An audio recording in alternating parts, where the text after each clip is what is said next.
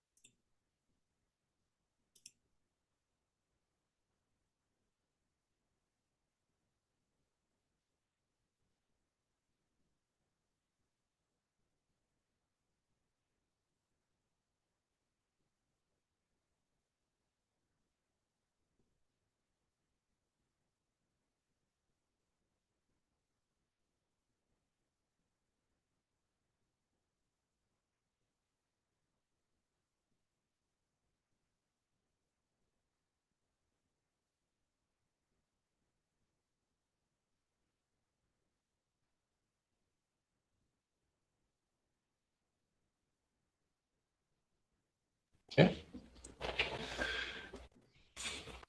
Okay, good evening and welcome to our Council and Committee of the Whole meeting for August 13th, 2024. Bienvenue à notre réunion de conseil pour le 13 août. Tonight, we will have the opening and land acknowledgement by Councillor for Ward 5, Councillor Caitlin Nichol. Thank you. As we meet today, I would like to take a moment to recognize the importance of the land on which we are gathered. The municipality of West Nipissing respectfully acknowledges that we are located on the homelands of the Anishinaabe people, on the traditional territory of Nipissing, Temagami, and Doki's First Nations, covered by the Robinson-Huron Treaty. We honor and recognize their historical connection to the land and value their significant contributions in shaping and strengthening our communities. We do this to reaffirm our commitment and responsibility towards reconciliation and improving and understanding our local Indigenous peoples and their cultures. Thank you. Next, item 2, any declarations of pecuniary interest on tonight's agenda? Seeing none, move to item 3. There is an addendum which was forwarded to you via email today. You have a mover and seconder, please, Madam Clerk. It is moved by Councillor Ferrin and seconded by Councillor St. Louis. Be it resolved, the addendum for the meeting of Council and Committee of the Whole meeting held on August the 13th, 2024 be adopted as presented. Questions or comments? All in favor? Carried, thank you. It is moved by Councillor St. Louis and seconded by Councillor Ferrin. Be it resolved, the agenda for the Council and Committee of the Whole meeting of August the 13th, 2024 be adopted as presented. Questions or comments? All in favor? Carried. Thank you. Okay, tonight, moving on to number 4, we do have a delegation. I would like to welcome Mr. Ryan Jackson from Pride in the Woods to the podium to give a presentation to council, please.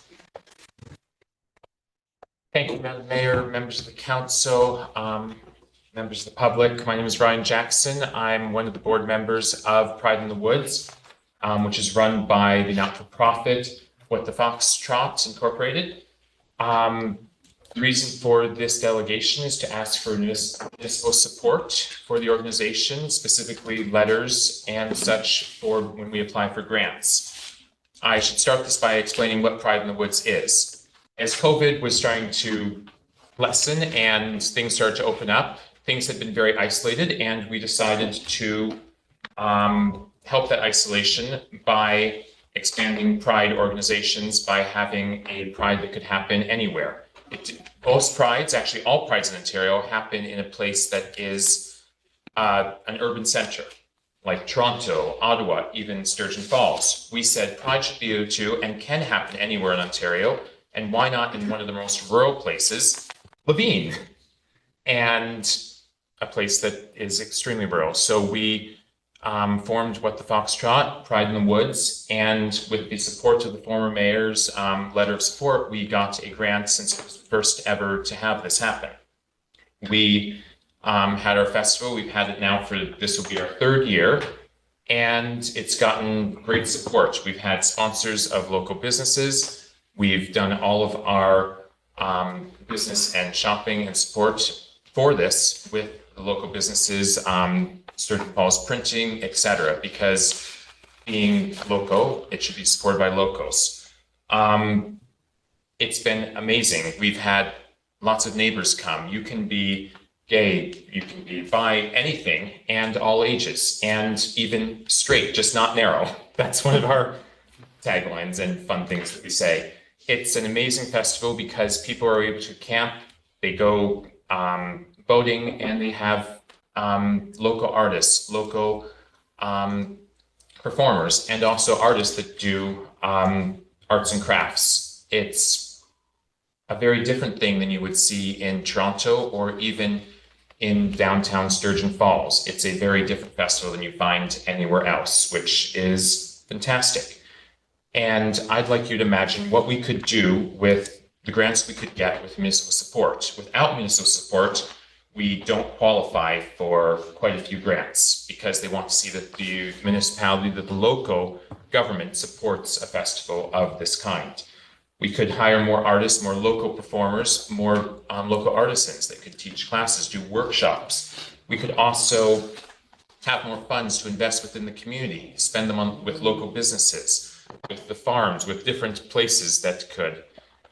We could also have the ability to reach a lot more people, and especially those that are struggling and isolated individuals. In fact, we could partner with organizations to provide free tickets and transportation to those people, such as seniors, those with mobility issues, youth that don't usually have this opportunity. Since all the activities that we do at the festival are for all ages, it's a place my boyfriend and his young children come. It's a festival for the entire community.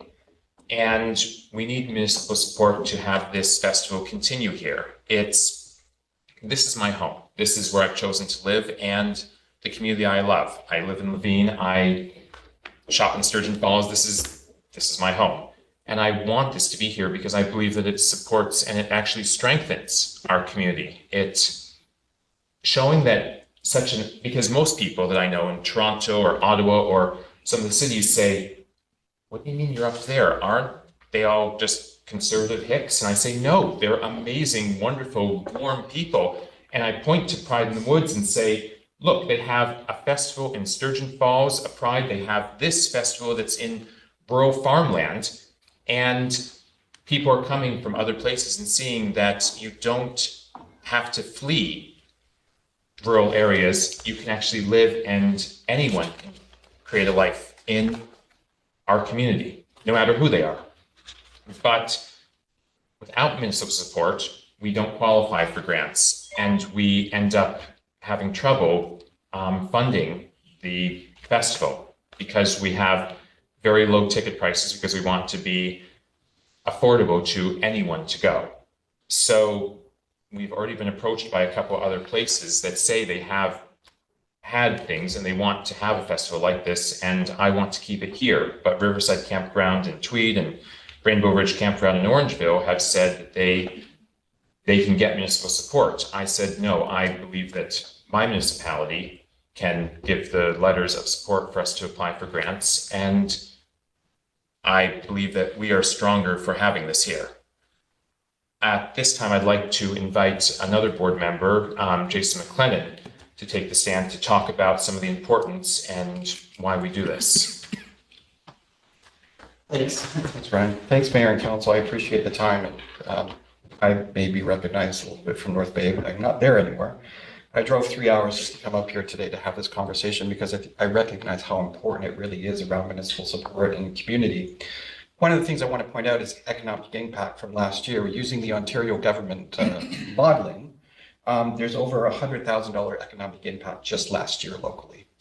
And I think that's one of the key things that you have to look at through tourism, economic impact, the use of facilities, not just in Levine, but in Sturgeon Falls and Field and Verner. I also filmed a movie in Verner, by the way, a few years ago. It was lots of fun.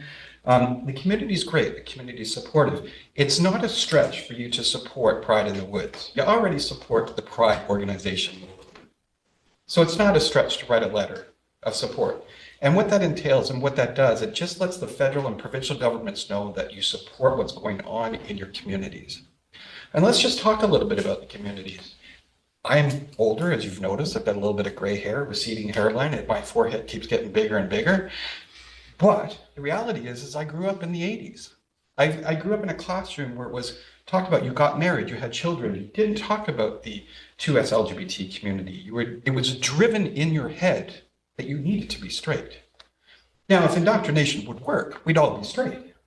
So here's the point. Visibility is key for survival, especially in the youth today, as we recognize and as we move forward as communities. We all recognize that this needs to take place. Why else would you raise the flag? It's a visibility. It acknowledges people exist. And I wish people knew exactly what the flag actually represented, because it doesn't represent gender or anything. The colors actually represent health, nature. But, a lot of people don't actually look up that information.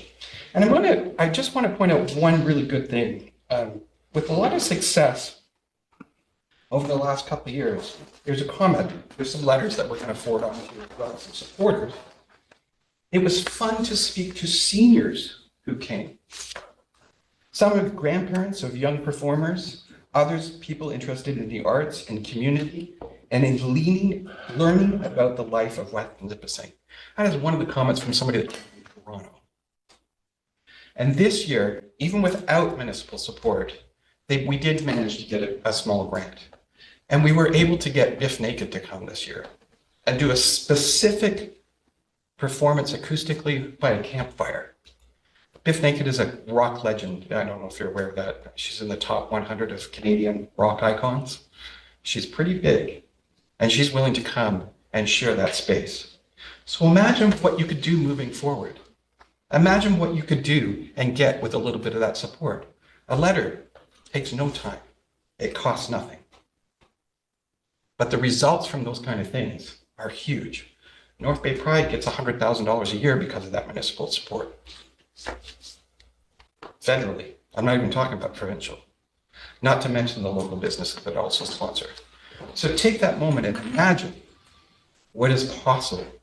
Think of the tourism dollars that you can attract to this community. Think of those things that people use. Biff Naked staying in your local hotel. Prime example of we're using local. So again, I thank the council for taking the time to hear us out.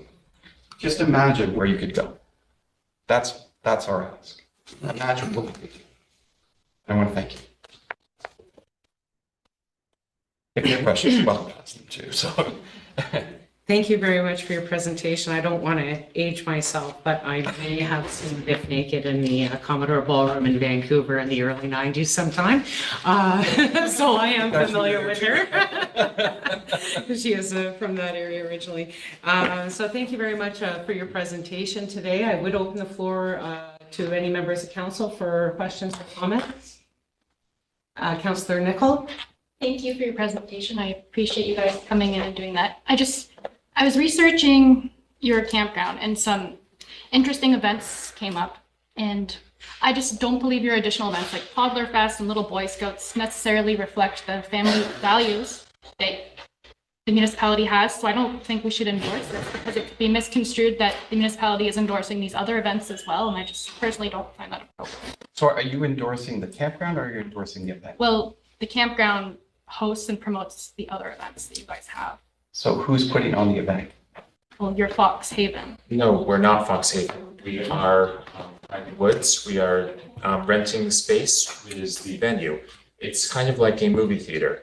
You may bring your children to see a Disney movie or such at the movie theater. It doesn't matter to you whether or not the movie theater also shows R-rated movies at other times. It is simply that is the venue that is open.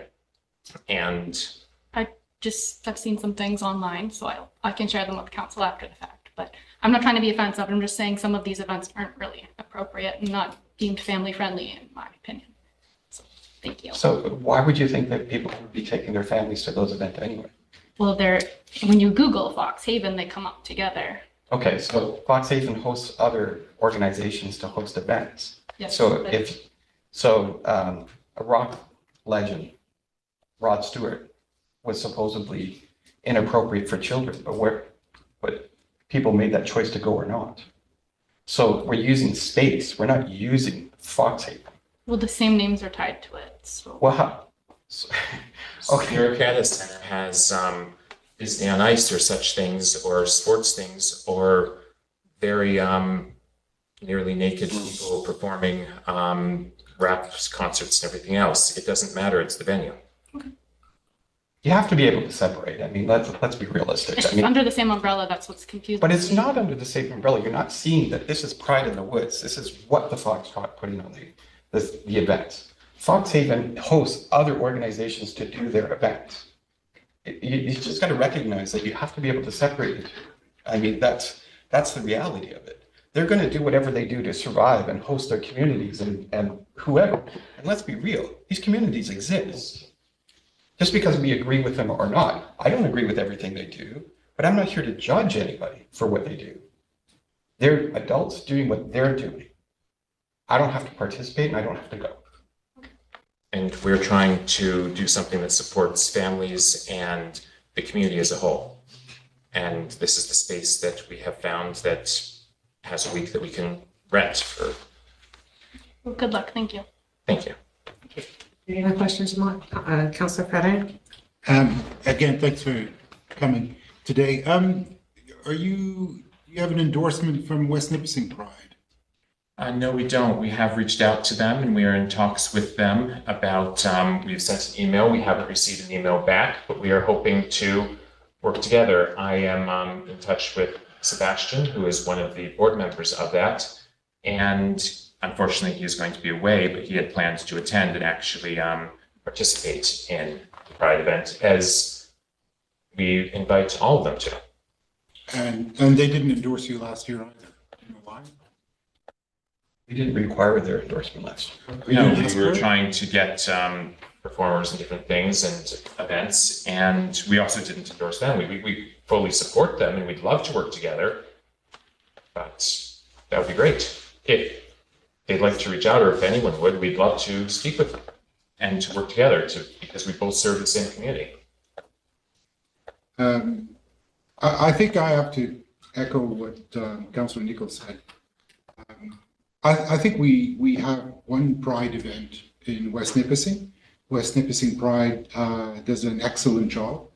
They put on a really good festival. So for the same reasons as Councillor Nicholl, and for that reason, again, even myself, as a gay man myself, the events that are held at that location are the kind of thing that I would want to attend. I wouldn't attend Pride in the Woods either. I would not recommend that the municipality offers its support. I see it as a private event and a private campground. And I wish you all the best with it, but I wouldn't want us to support it.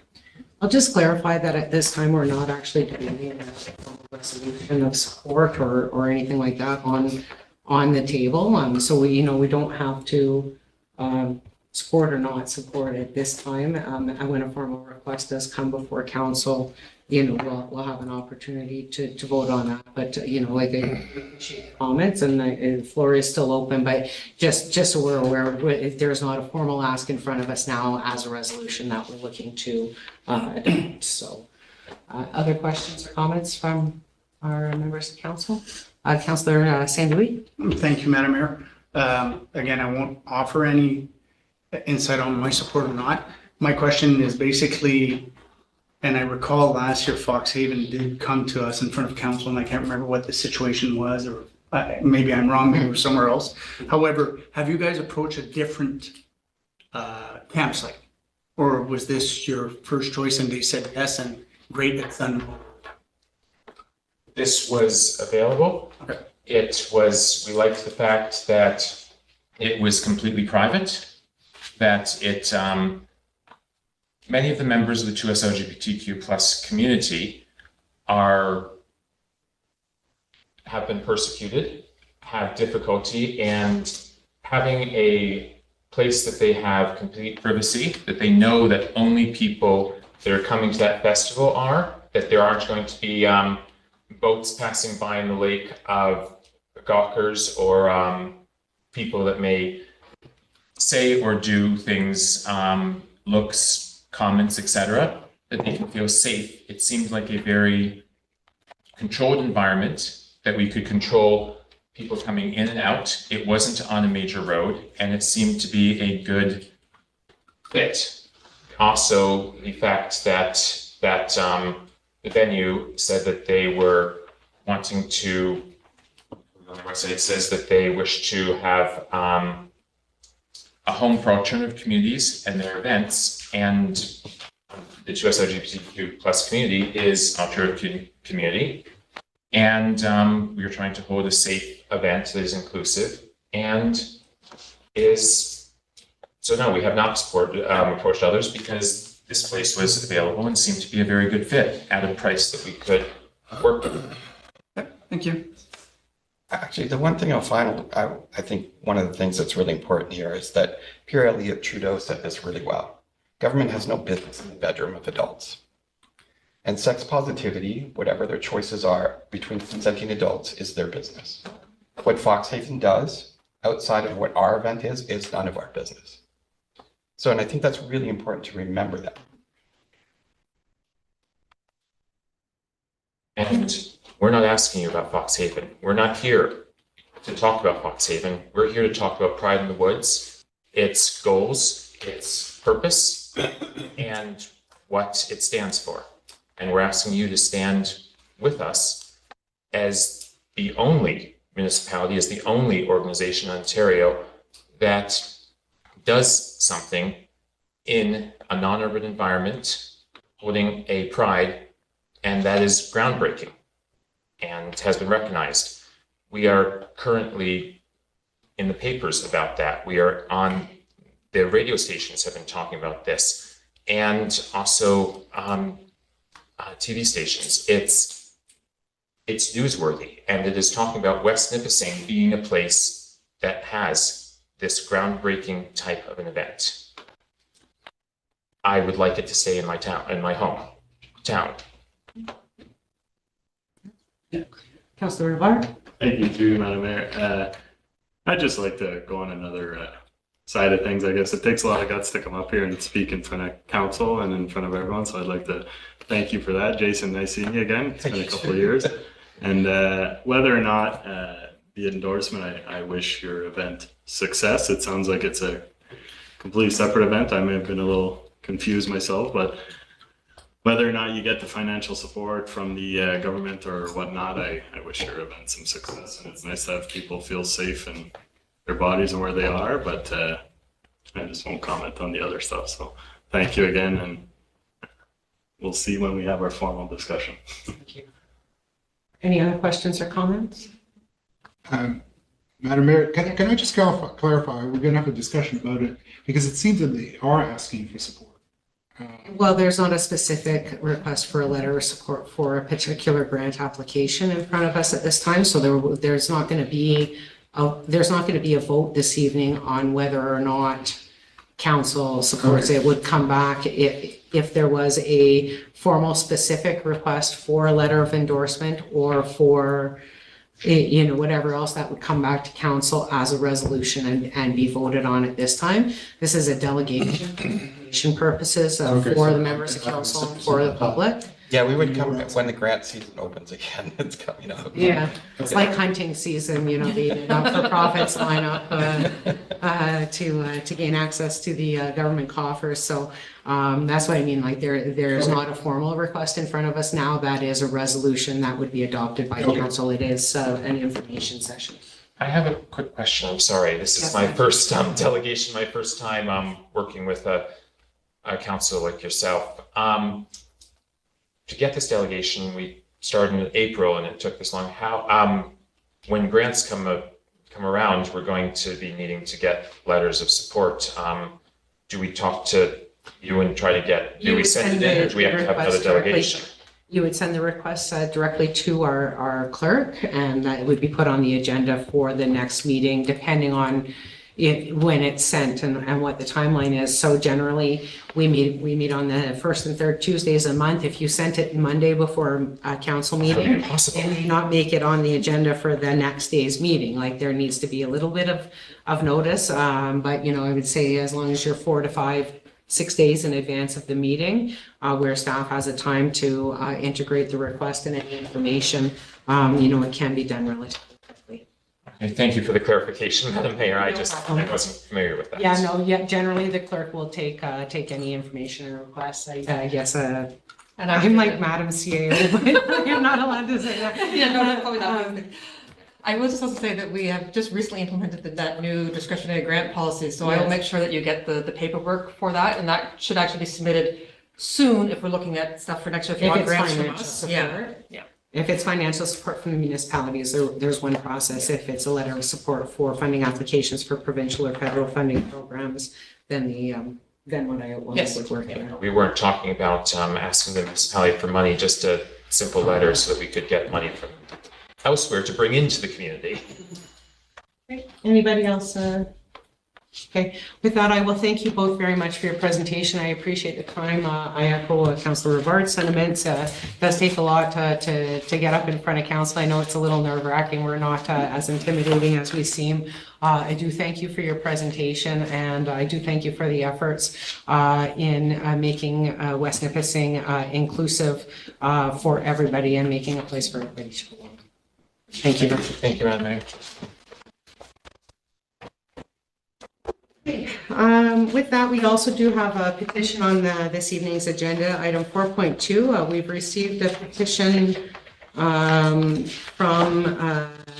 downtown, from Tracy Macatella. Macatello, and several signatures from our downtown business owners in regards to traffic issues and flow on Main and King Streets. The petition's in your package. Council has duly received that. It will go back to staff for recommendations and a full report to be brought back to a future committee of the whole, likely this second meeting of September when we discuss public works. Correct? Okay, so I thank you very much for that petition, and it will be actioned by staff. Thanks. Okay, moving on to our committee of the whole, 5.1, general government. The first item on the agenda for that section is a offer to purchase municipal land behind 2 Ritchie Road. For that, I will pass the floor to Madam Clerk and for a brief explanation. Thank you, Madam Mayor. This is an offer to purchase vacant land that is located off of the unopened portion of Waterfront Drive. The intention is to purchase it as a lot addition. It's not being not requested as a new lot, which I wouldn't recommend simply because that portion of Waterfront Drive isn't maintained. The lot is, as you can see, it backs onto 2 lots that are the same size as it, except for facing the other direction. My recommendation would be that if council determines to declare this surplus and to sell it, that we get the person who lives at the next door property, just check with them to see if they would want to buy half of it, because it would be in their backyard. And if they don't, then I wouldn't have any difficulty. This property has been in municipal holding for a very long time. It was taken on a tax sale a long time ago. But because it's on an unopened portion of the road, it was never really something that was particularly viable. But as a lot addition for the purpose of building an accessory structure, that's what's being asked. Size of the property is By 132. so that's general city size lot, like urban lot size. If council will permit me just to ask a couple of questions to start us off, just to get some clarity on this. The lot next to it, that's kind of the L shape, going west, that's privately owned? Yes. And the lot next to it is privately owned? There is there are a few properties down there, one of which I believe is owned by the municipality, which was taken on another tax sale at another time. The other lands down there are in private ownership. Including the large undeveloped property further down on the almost the far west? That's Yes. private ownership. Okay, is there any future potential for that portion of Waterfront Drive being opened as we see residential, possibilities for residential development? And are there city services to those lots? No, there's no services down there, and no, there's very little likelihood of that being open. There is a very large municipal drain that transects the property, just a ways down, right here. Okay, And there's no way to cross. okay. And then beyond that, it's a farmer's field. But no, there's never been any intention to take the services down there. It was a former industrial site. It's a brownfield, Okay, and it would require, I believe, extensive, okay. and council would have to determine to extend the services down there. Is that Farmers Field zoned RU or A1, A2? Are you? Okay, those are my questions. Just, I wanted to assess the viability of that lot as a standalone development lot. So the property is this Ritchie Street? Yes. That comes down? The properties along Ritchie Street are serviced? Yes. Okay, but the properties that go down that are not, so the servicing stops there? Yeah, and it continues east. Yeah, yeah. Okay, thank you very much. Other questions or comments from council? Councillor Restwell? Yeah, I'm in agreement. I thank you for your questions and for the answers to clarify a little bit there. I just wanted to agree with the recommendation about checking with the other landowner nearby to see if there was interest in purchase of the lot, just to cover all our bases before anything moves forward. Thank you. Other questions or comments? Councillor Pattari? Thank you, Madam Mayor. Yeah, that was my same concern. Is it worth more as a standalone than the lot additions? That's my concern. Yes. There's no service. There's no services and there's no road right now, but that was my concern. It's our responsibility to get the best bang for our buck. And I would imagine when the evaluation is done for the property price, the value as a lot addition is much less than as a standalone developable lot. I would assume. Yeah. Thank you. Anything? Other questions, comments?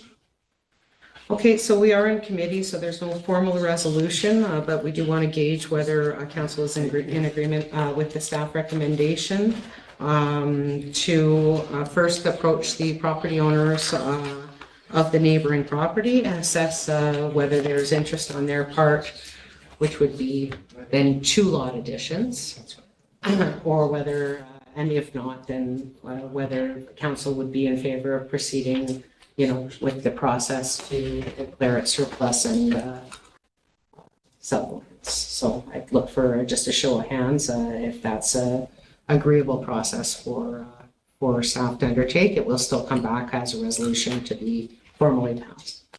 Okay, that's clear direction for you, Madam Clerk. Thank you. Thank you. Okay, the next item on the agenda is a discussion regarding declaring the lands of surplus between Damaris and Riverfront Drive. I had asked staff to bring this forward. As you know, the former council had approved a first lot addition along vacant land that was originally set aside for it was originally meant for further residential development and then was not developed at that time. They approved one, and this council has subsequently approved 2 lot additions. My concern is that as lot additions, the more we devalue the property and take away the potential for residential development in an area that is serviced it is right for residential development. So I wanted to bring this forward to get a feeling from council whether they'd be in favor of declaring these lands surplus and for residential development. Madam Clerk, did you have anything you wanted to add on that? There is a report. Yes, most of the background information about that property is contained in the report. Just by quick summary, it was intended originally to be an additional phase of the residential development that is on the outer perimeter. However, that did not proceed, and the lands have remained in municipal ownership since that time. There was also a conversation at one time about the possibility of having it reserved for not-for-profit housing. However, I believe we've received written confirmation from the Not-for-Profit Housing Corporation that they do not have any need of the property at this time. So it is fully serviced. There are 3 access points on Riverfront and Demers where the property is accessible. As noted in my report, there is some drainage in the back, which would have to be part of the overall design of whatever was going to be done in there, because it does drain not just the adjacent lands, but also municipal roads.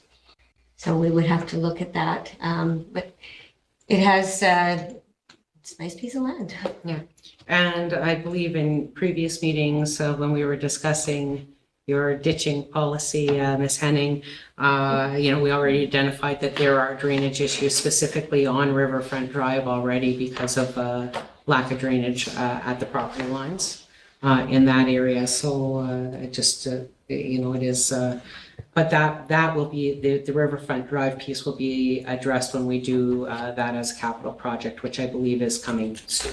Yes. Okay, questions or comments from council, please? Councillor Pellerin, sorry. Councillor St. Louis. You guys do not look alike, by the way. Well, maybe the beard. Thank you, Madam Mayor. So I received quite a few phone calls and emails and messages over this. And apparently a lot of it, the individuals, whether on Demers or Riverfront, had inquired in the past, 10 years ago, 15 years ago, whatever, how long ago, about purchasing portions in the back. And they were told that this would never be sold by the municipality back then, right? Now, with that said, whether that's true or not is really irrelevant when you're talking about 10 years or unless it's in writing or whatnot. However, what I'm asking though is what I'm being asked right now by individuals is considering that we've already approved two with this council and one with the previous council, is the possibility there until we decide to sell for individuals to purchase portions of land that's there right now. Now, I get that it won't be as attractive for a developer. I understand all that. However, if we've approved already three, will the individuals have the opportunity to do the same? Are we going to say no, or are we going to say yes? My personal opinion is until we put it up for sale as a whole, then if individuals are approaching the municipality, if we've already approved three, then why not more, right? So there's a lot of inquiries on it. And I mean, I can only tell them so much. I've been asked to go walk the grounds because one of the main concern was the drainage at the end, how it's affecting a lot of the homes at the end. Hopefully if it is sold to a developer, like I told the individual, it might actually help their drainage system if the developer puts in a properly drainage system, right? So that's basically what I've been asked, is about the drainage and if others will have the opportunity to purchase prior to us selling the whole portion. Here. Other questions or comments? I'll just ask one question. Can you remind me how much the last two lot additions brought as far as price and what the size of those additions? I'm sorry, Mel. No, that's okay. The lot additions were 60 by 60. Okay. All three of them, just for continuity's sake. Yep. The last one, the third one, which we just approved a couple of weeks ago, I haven't got it appraised yet. Okay. I expect it will be the same as the other one, which was $13,000. Okay. And is that approximately half the depth? So It's exactly half. it's half the depth. So where those three additions have been done, the lot that would be available for development is now only 60 deep, which is quite shallow for development. Yes, 60 feet. I'm just, Sorry, so if that were a lot, I'm sorry if I'm wrong. oh, okay, yes. Yes, so that would then be 60. Oh, well, no, I don't know what the distance is in here Okay. from here. I don't know what that depth could be. Okay, and on the entrance that is to the east of the property, is that a full 20-meter road allowance? It is. And the one that runs to the south of the property is a full 20-meter? It is. Okay, and then on the west side of the property, there is land set aside that could or could not have been used for an access point, but it does show on the plan as 3 separate lots. It is, but it is a fairly significant drainage course. That the drainage actually runs through these That's correct. properties here, and that's why that they're still within the municipal holdings. That's right. If this were developed and proper drainage put in, that may make those lots more viable. Correct. Okay, and so we got $13,000 for a 60 by 60, whereas if we sold a 60 or a developer sold a 60 by 120 lot, current prices, you're probably looking at $55,000 to $75,000 full services, for a yes. full serviced building, residential building lot. Okay, thank you. Because Haven't my been- argument, it was only a couple of weeks ago, so I'm sure you all recall, is that, we're devaluing the land when we sell pieces and then leave ourselves with pieces that are then undevelopable. And when we're in such a desperate need for housing that is fully serviced and centrally located. That was my thought when went along with it. Councillor Pellerin?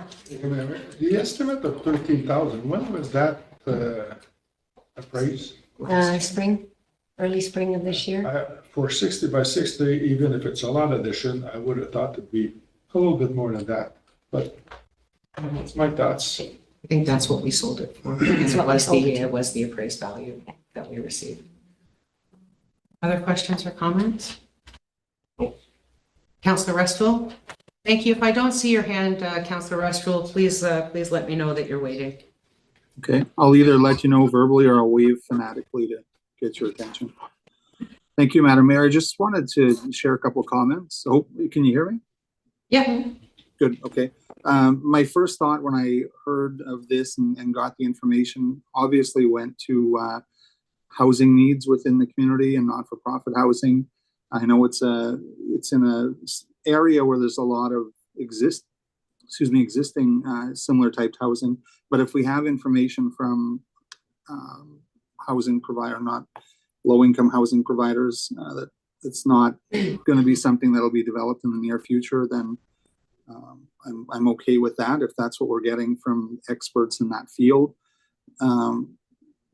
I wouldn't be supportive of continuing the checkerboard that we're doing with the small lot additions between or behind homes. We're all aware of the value of land and the shrinking opportunities within the core of Sturgeon Falls in West Nipissing to develop housing lots. Housing's a challenge we know all over the place. And if there's an opportunity and we are going to move forward with a sale of land of this nature in that area of that value, I'd like to maximize what we can return in terms of a sale for taxpayers within West Nipissing. It looks like there's a large number of lots that could be developed within that. If we're, I don't know how these work, but it looks like if you're putting a street down the middle and you have lots on each side of those, that there's a lot of potential lots that could be sold. And I'm hopeful that if this is something that council goes ahead with, that we're getting fair market value if we do declare it surplus and sell it. It's always beneficial to have more homes built, but we want to make sure if these lands we're the stewards for taxpayers here, that we want to make sure that we're getting maximum value for the land that's available there. And I can appreciate some of the smaller pieces that were sold in the past. It doesn't necessarily mean that we have to do that another 30 times to existing homeowners. We didn't have a specific plan for those lands in the past, but it looks now that we may be looking at disposing of them again at a good fair market value for them. So I know we're not deciding here, we're just chatting, but I'd be, if council's looking at moving ahead, I'd be supportive, but definitely making sure that we get the most return for those very valuable lands there to help out with our taxpayers and our tax base. Thank you very much, Councillor Restwell. I will just clarify for the record that a couple of weeks ago, I did reach out to the administrator of our not-for-profit housing corporation, which manages the existing units around Demers Street. And he indicated by reply email that this area was not a priority for them because they felt that the needs of the clients of not-for-profit housing were better served closer to our employment areas and shopping areas, and that the location wasn't ideal as some other lands that they've already have their eye on. So it was sent to them for their feedback with an offer to hold lands if they thought that there was a possibility for development there. So that has been cleared. Sorry, I'll just clarify, because according to our procedure, we don't actually take questions or comments from the gallery and so I don't want you to think that I'm ignoring you. But if you have, we're not deciding anything here tonight by resolution. We're having an informal discussion to give staff some feedback to go back and prepare further. So I will speak to you either after the meeting, or Councillor St. Louis, who you were speaking with, can connect us so I can get some of the feedback that you'd like to share. Okay? Yep. Thank you. Sorry, I just didn't want you to think I was in line. Councillor Rivard. Hi, thank you, Madam Mayor. I was just wondering, is it even possible for the municipality to run a road through there and take care of the drainage and we sell lots that are severed? Or is that not allowed whatsoever? I just did the math at 28 properties at a $55,000, you're looking at $1.6 million. And it might be more than that, maybe closer to 40 lots, but yes. Yeah, but I just went with a conservative at 55. In fact, Riverfront Drive was actually done like that many, many moons ago. Although I believe that council, after that project, there was a determination by the council of that day that it was not perhaps desirable to be competing with the private sector.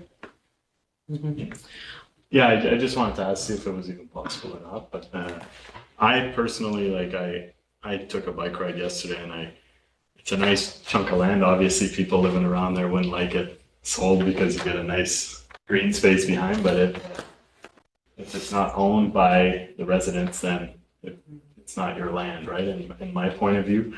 But if we do decide to not sell it or some, I'm always about trails, and I think that's a really nice place to run a trail along and allow some people in the community to just be able to take a walk with their dog, which I'm sure a lot already do. But it'd be nice to see something with this land that's so centrally located around such a residential area, with all the new development happening between Roy and Nipissing as well. Just a different outlook on it. Thanks. Okay, thank you very much, Councillor Rivard.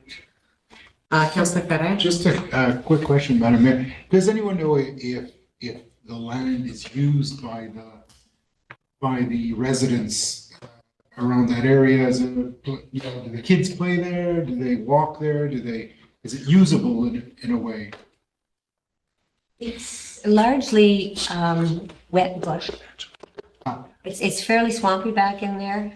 And it's mostly wooded. Some people, use the property to store stuff on, but to my knowledge, it's not used for any recreational purposes. Thank you. Okay, Councillor Pellerin? Just curious, let's say you drive, you put a street right down the middle. Is there still enough space to put a lot even in line where there was a lot addition? I believe there is.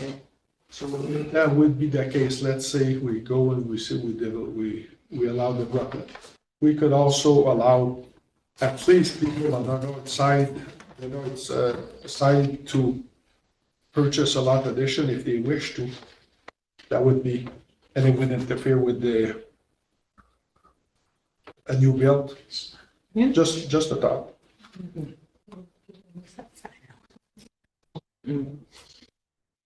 Okay, yeah, I don't know. I mean, you could, but 60 is not very deep for a building lot. Most of our town lots are, I don't know what the overall you don't depth know. of this is. okay, By eyeballing it, Yeah. I believe that there's room for a reasonable building lot, but Okay. I don't want to stake my life on it. Yeah. I'd have to get it. So we have it surveyed. I don't have the large copy of it here to give the actual depth of that piece. okay. Okay. So, I'm sorry, what are you looking for from us? Just direction on whether to. Oh, I'm sorry, Councillor Sanders. So on that note, going with what Councillor Pellerin was saying, when we do have a resolution, when we get to it, can we have those dimensions though? Yes. So that we know? I believe I guess what we're seeking here is is council interested in, Declaring the land surplus. declaring it surplus and exploring the possibility of this position. Yeah. So that was the other point I wanted to make. We've talked in the past, and especially within the context of our housing strategy, that especially with projects like these, council does have the discretion to, when selling, put in conditions as far as timelines for development. So, I guess for me, one of the concerns would be to sell the property, to have somebody, like, if we're declaring it surplus and selling it, it should be because we want to see housing development on it. And so we do have the option of crafting those agreements with timelines for development. to deter speculators that may want to buy the property, to hold it for 10 or 15 years and not do anything. So that's further options that we will have if we go down the path of declaring it surplus, is how we would like to see it sold and any conditions that we may want to place on the scale as far as development timelines. Okay, so at this point, I would like to get just a quick show of hands. Again, this is not a binding resolution. It will come back as to council's interest in declaring the land surplus. We're not committed to selling it at any price. We're moving forward in the process, get evaluation, and then it would come back for further discussion. So this is not a done deal. It's a step number one. Sorry, one more time, hands, please. Okay, that is passed, so, well, not passed. You've got your direction on that, and we will have further discussions on it. So please reach out to Councillor St-Louis or myself, and we can discuss your concerns, okay? Thank you. Okay. And the next one is another property file with Scouts Island. There is a report in your in your packages. Thank you, Madam Mayor. We'll recall we discussed this one, I believe, at the meeting in Living earlier this spring. Council at the time had concurred that the property be declared surplus, which was done. Evaluation was obtained indicating a value of between 175,000 and 200,000. I'm seeking direction as to whether council wishes to proceed with a tender for the property and set a reserve bid, and further whether council wishes to retain the entrance to the property, which is off of Cache Bay Road. It has been noted in the appraisal that there is parking. Some of the land is being used by the Villa Aubin for overflow parking. By retaining the entrance, it may reduce the value of the property. However, it would maintain control over that. The part that's being used by the Villa Aubin is attached to the land side of it, and it's on the east of the, call it the canal. Is the parking used by Villa Aubin for residents or for visitors? I don't know what the. Okay.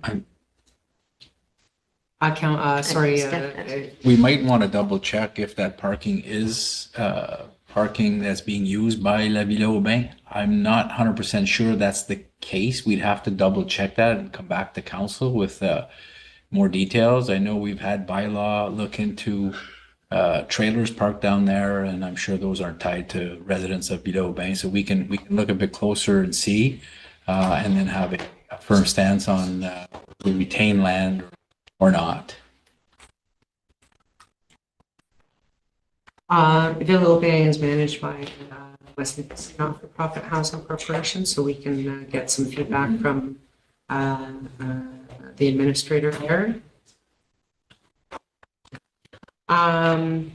In that case, we recommend deferring this session till the next meeting so that we can get a little bit more information, because I think the value, first of all, the value of the land and the appeal of the land changes if you have control over that entrance. If it is municipally owned and can be used for public parking and this and that, it may impact both the value and appeal for any potential purchasers. So I think we would want to have that information clarified personally before we go. Any other questions or comments? Councillor Pellerin? Yes, Madam Mayor. Yeah, I did go a few weeks back or last month, and there was quite a few cars parked back there, and you could see the entrance is being used, I guess, for Villa or whatever. So it'd be nice for them if they have that parking. Just.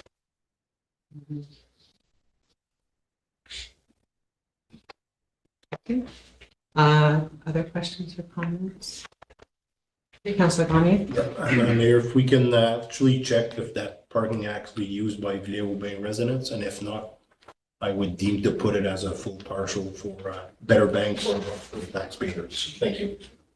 In committee, do we need Motion to defer to No. next meeting? Okay. Come back. Would council agree to push this item on to the September 3rd meeting and have staff get on the parking situation on that portion of the land, and we can bring it back once we have that information? Okay, I see nodding of head. Councillor Restool? Sorry, I was just in agreement to move it to September to get the extra info. Okay, so if that's okay, we can bring that back up for the September 3rd meeting, just with the information directly from the administrator of not-for-profit housing on the situation. Okay, great, thank you. That's all for general government this evening.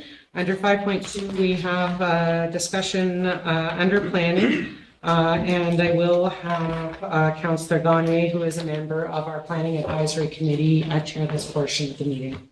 Thank you, Madam Mayor.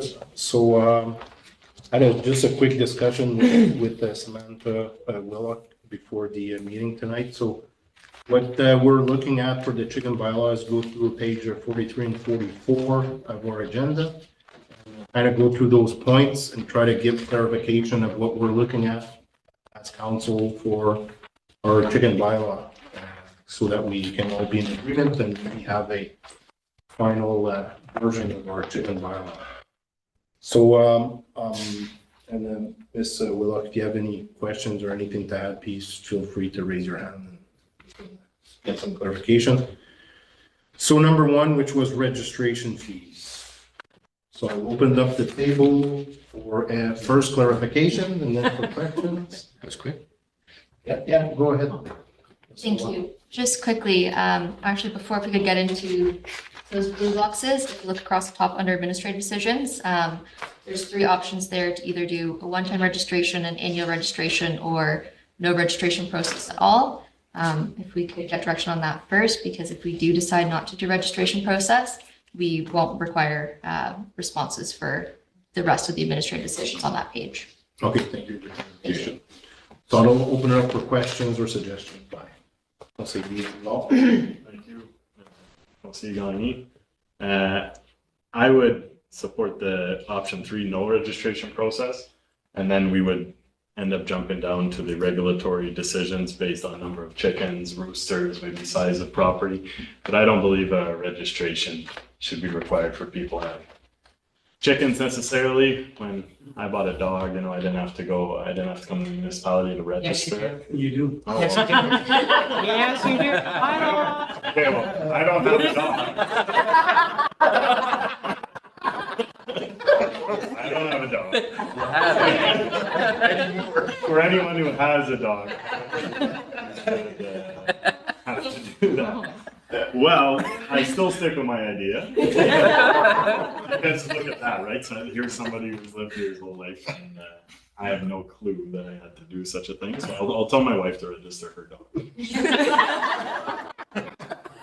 I still support option 3, just because licensing fees, cap on registrations, things like that, it seems a little intensive for backyard chickens, in my opinion.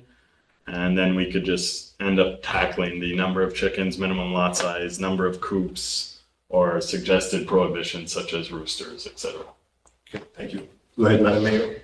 I would actually prefer to have the discussion the other way around, because my opinion on some of the administrative decisions changes based on what we would decide as far as regulatory decisions. So if we look at, number of chickens or lot size, if we're talking about permissions to have chickens in property zone rural residential or shoreline residential that are over an acre, my decisions on how that would be administrated changes against how we would regulate if chickens are permitted in urban residential lots that are 33 by 100. So, like for me, for rural residential, if you've got over an acre, have your chickens, build your coop however you like. If you don't build it strong enough, the predators will police it for me. There's a lot of things that there's not as much impact on neighbors as long as it meets the zoning bylaws. So like I say, my opinions on what we need to do on a regulatory side change or sorry, on an administrative side, change depending on what we decide, on the other side of the arguments. Okay, thanks, Madam Mayor. Ms. Willock, any comments to that? Is there a preference if we decide to go to the regulatory decision? I have no concerns. Concerns with that? Okay. Conseiller Ferrand, you had you raise your hand? Well, I was going to comment on the registration. If you want to do it the other way around, I don't mind. It doesn't matter. The only reason I thought that maybe we should have a one-time registration was if there was an outbreak of avian flu or some disease that's transmitted through chickens and the government ordered a cull. We would need to know who has chickens and to make sure that they abide by the law. Conseiller Saint-Louis.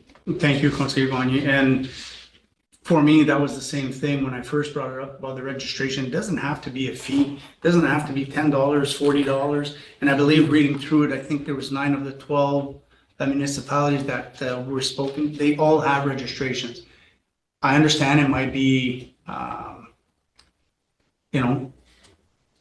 it might be a burden for them to come into the municipality. But another thing was, for the registration is we'd be able to provide them with all the information that they require to have their chicken coops, how to dispose of the waste, what they need to do to follow the bylaw that will be there. That's why I figured to have a registration. And again, it's not about the fees, it's not about the money, but it's just to make sure that they get the proper information on how to maintain their yard, their chicken coop and all that stuff.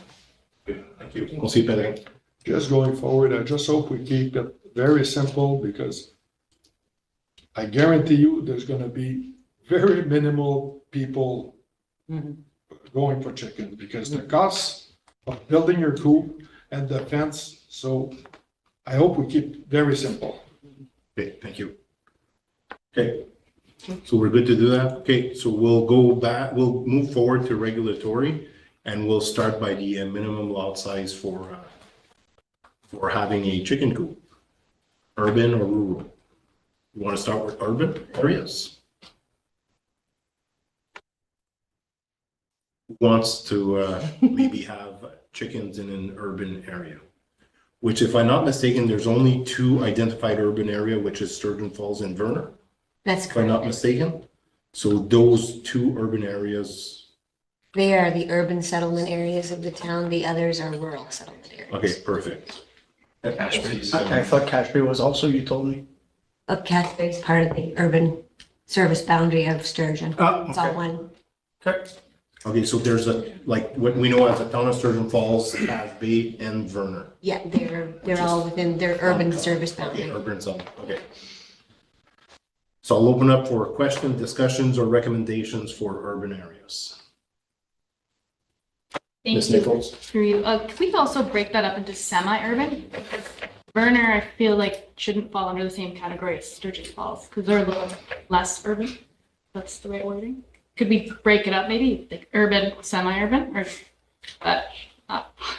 Council can do whatever it wants. okay. Just because the lot size are the same, right, in Verner? Yes. So the lot size are the same regardless if you're in Verner, Casby, there's bigger lots because they didn't have service before. But technically, the smaller lots that you could have are serviced lots, which would be Verner. Now Cache Bay has some, and all. So Okay. I'd like to keep it together just because the lots are technically pretty. Most of them, like I'd say, 90 or 95% are the same size. So Okay, I'll circle back to that. yeah. Okay, perfect. Conseiller Pellerin. Thank you, Madam Secretary. To me, it should be allowed anywhere. You can have a dog anywhere, and I'd rather have a chicken as a neighbor as a barking dog. Thank you, Conseiller Pellerin. Conseiller Ferrand. Thank you. I agree with Councillor Pellerin. I'm more concerned with lot size than whether it's in an urban area or rural or whatever. Comments? Conseiller Pellerin. But that's what I'm saying. I think it should be allowed in urban areas, even if it's a small lot. 6 chickens, you're gonna hear once in a while. That's it. And it's ignored, that's blown out of proportion. Katie, I know a lot of other people, they use the waste for their flowers or the gardens.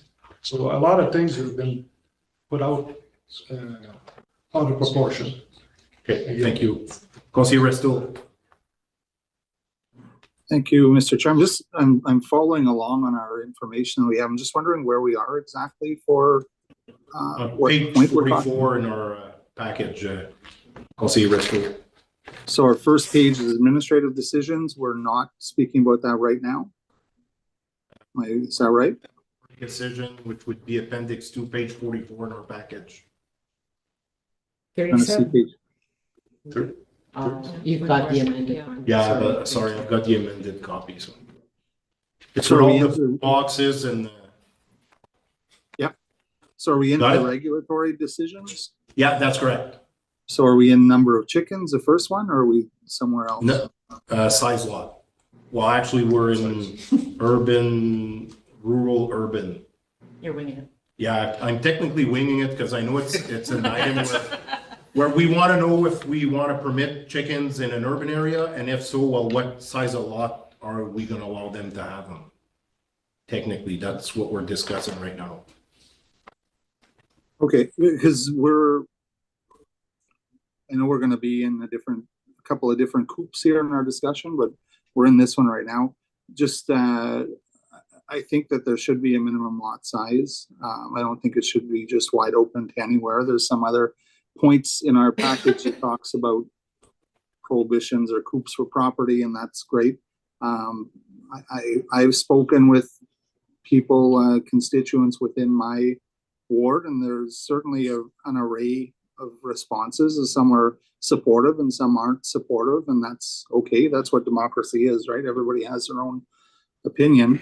But there is some concerns with I don't know, I want to say it the right way here, with the waste from the chickens and proximity to other people's lot lines and what they do in their backyards. And it's easy to say, yes, we can do it, but just going to Councillor Pellerin's comments about dogs or chickens, I know in the downtown core we have an issue with dog waste, and we're trying to work on that. And I know some people are concerned that chicken waste is going to be the next thing that we have to deal with, and when they want to enjoy their backyard, that they're downwind from this, and it'll impact their quality of living as well. So I know we're going to talk about number of chickens, and it sounds like we're already far enough down the path that it's something we're moving towards, but I just wanted to share that there are concerns from some constituents in the urban area about having chickens. So I just wanted to bring those comments forward, and just to talk about, we will be talking about number of chickens and how that's going to be impacted, but respect the other comments around the table, but just wanted to share those thoughts at this point. I'm just looking forward to the rest of the discussion on this. Thank you, Councilor Resto. Any other questions or comments by councillors? Councilor Udall. Just a comment on, I don't want to tell you how to chair anything, but there seems to be a lot of work put into this diagram, and I feel like we should just be following it like the way down in the way, right? Like choose registration, no registration, and then follow on the way down. There's a lot of good points where we just follow and go yes, no, on what we want, have discussions on each point. Instead of because if we all put our ideas in at one time, it'll be pretty difficult, I think, to figure out exactly. It may take us longer to come up with a final. There's going to be a lot of discussion, in my opinion. If I can just jump in, I think actually you've started a good path, and I don't disagree that the regulatory, it might be the better spot to start before the administrative. And I'd say that you kind of have got number one and number two both on the table under the regulatory right now.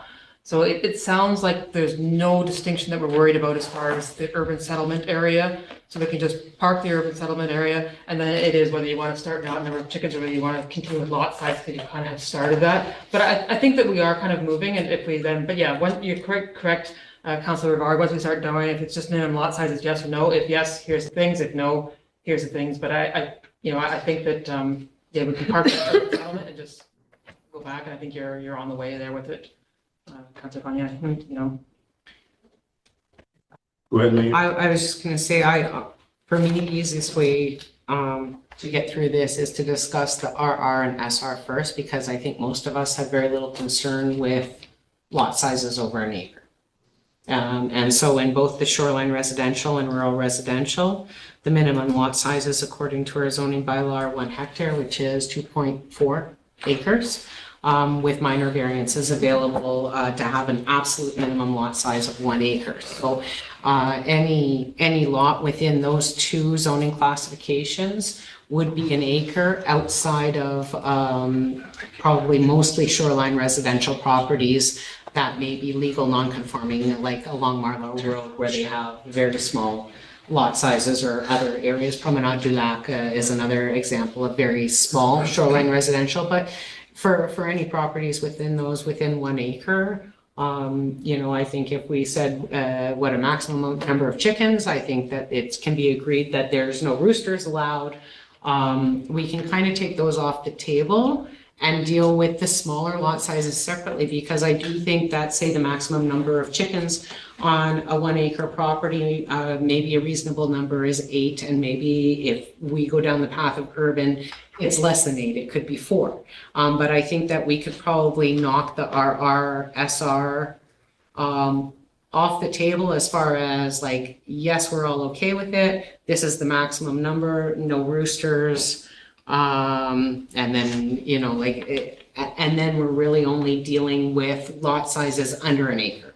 And then at that under an acre, do we want to have a minimum lot size? So to me, that's kind of the approach I would take, because I think the rural residential properties and the shoreline residential properties are easy to deal with, because we can say, as long as they meet the other requirements of the zoning bylaw. So the shoreline residential is an 18-meter setback from water line, and you have a certain setback from your side property and your front property line. So as long as the position and location of the coop aligns with the other, everything's already written in the zoning bylaw. So we're just saying, yes, they're allowed here. This is the maximum number of chicken, no rooster, on we go.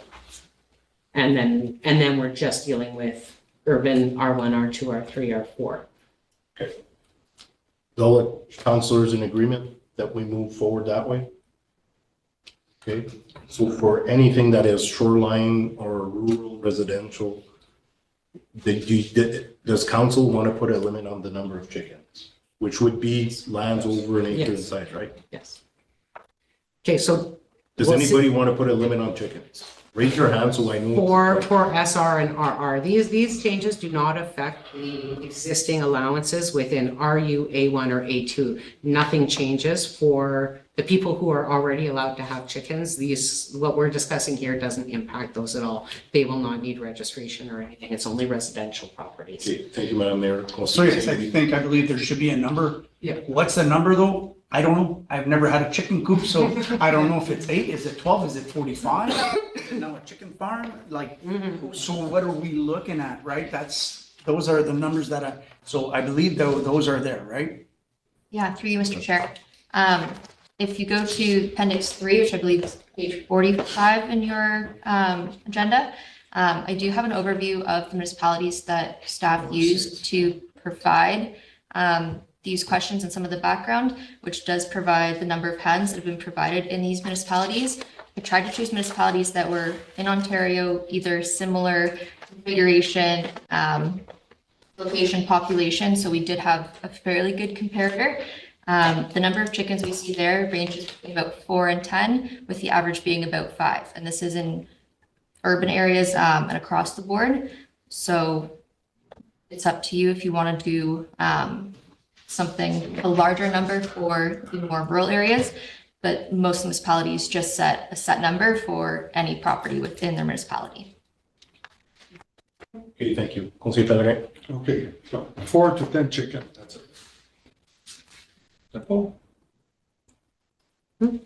So you're saying 10 max in that rural, in those rural property classes? Because you're not making a business out of it, but it's your own, and you might sell a dozen here or there, but that's it. So on the I say no limit because it's going to be dependent on the family. If it's a family of 4, they might want more chickens to have enough eggs. If it's just a couple or a single person, they might only want a couple chickens. So I'd say no limit. Thank you. Conseiller Ferrand. Thank you. I find it difficult to put a limit with shoreline residential and rural. I mean, you can have what's shoreline residential? You said 2.4 acres usually. Somebody might have rural residential have 50 acres. Why couldn't they have 20 chickens? Maybe we should do it as a multiplier. We use a multiplier by acre. So the more acreage you have, the more chickens you can have. Conseiller Resto. Sorry if there was background noise. I just noticed my mute wasn't on earlier, but through you, Mr. Chair, I just want to keep focus on the discussion here. I think we're supposed to be talking about backyard chickens for household uses, and I don't know if we're getting off a little bit and talking about unlimited, where someone could have 100 chickens producing hundreds of eggs every, I don't know how the cycle works for a chicken to make an egg, but part of our discussion later is going to be sale of eggs as well. So I don't think we're talking about commercial industries and having unlimited, and I respectfully having unlimited chickens. And if you have 50 acres, you can have 100 chickens. I thought the discussion here was backyard chickens and more personal use for resident owners.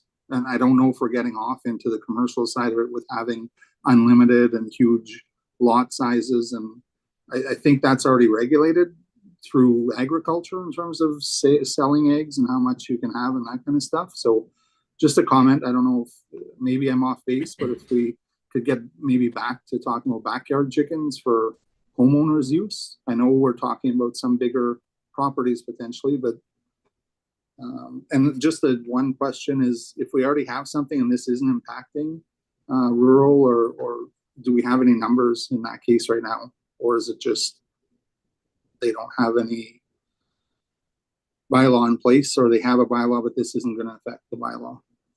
That's just my comments. Thank you, Mr. Chair. Thank you, Conseiller Resto. Madam Clerk, did you want to make a comment? I just, thank you, Mr. Chair. I just wanted to respond to councillors.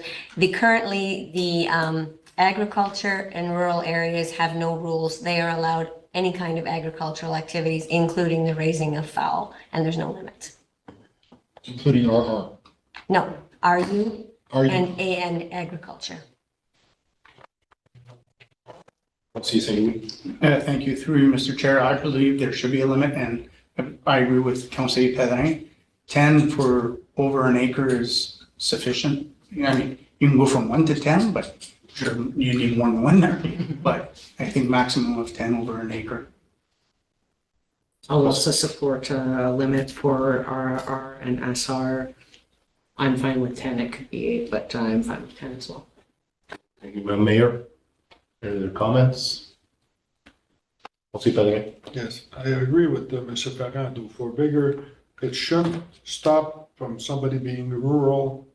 If he's got 50 acres, if he wants to go in the business or whatever, it shouldn't lock them into this.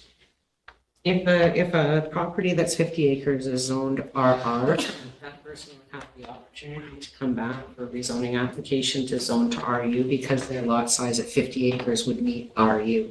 Yes. Mr. Chair, typically in our bylaw, anything under 4 hectares, so under 10 acres is RR, and anything over 10 acres is RU.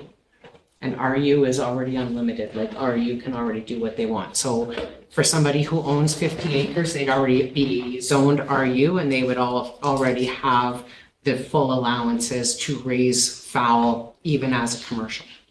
Thank you. Okay, I think I understand the situation, but then on that basis, if there's no limit for RU or A1, A2, that's fine. And they can sell eggs, I take it? Yes. Okay, so for RR, then I agree with a limit, if you're saying that it's usually less than 10 acres. Thank you for that. Any other questions or comments? So I think we're all in agreement from 1 to 10 chickens for RR Yes.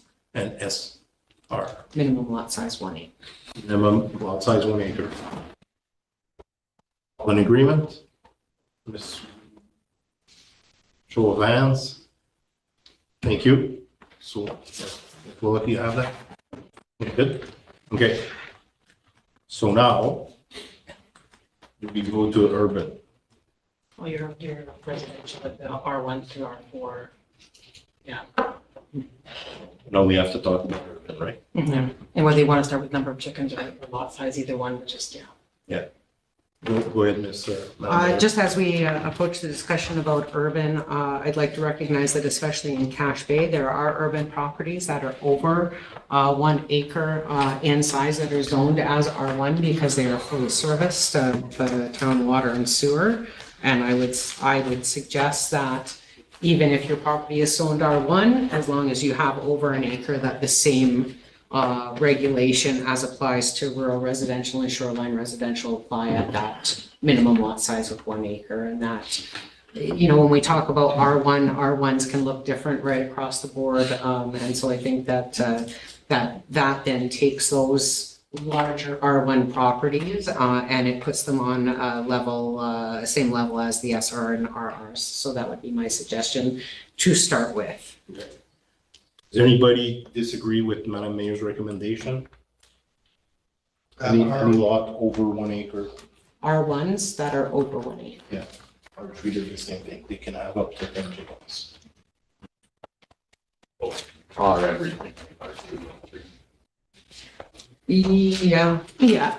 I mean, yes. Are any things that are over 1 acre, but yeah. Yeah. But the thing with R1s is they're single family detached. Yeah.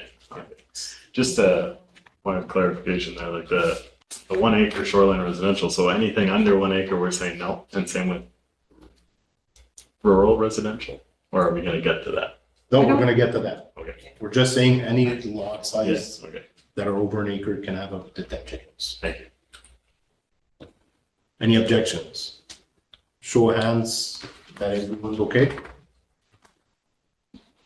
Ms. Nichols, are you okay? Or Yeah. you look like you have it. I'm just following the chart, sorry. Thank you. Okay, so we're good with that.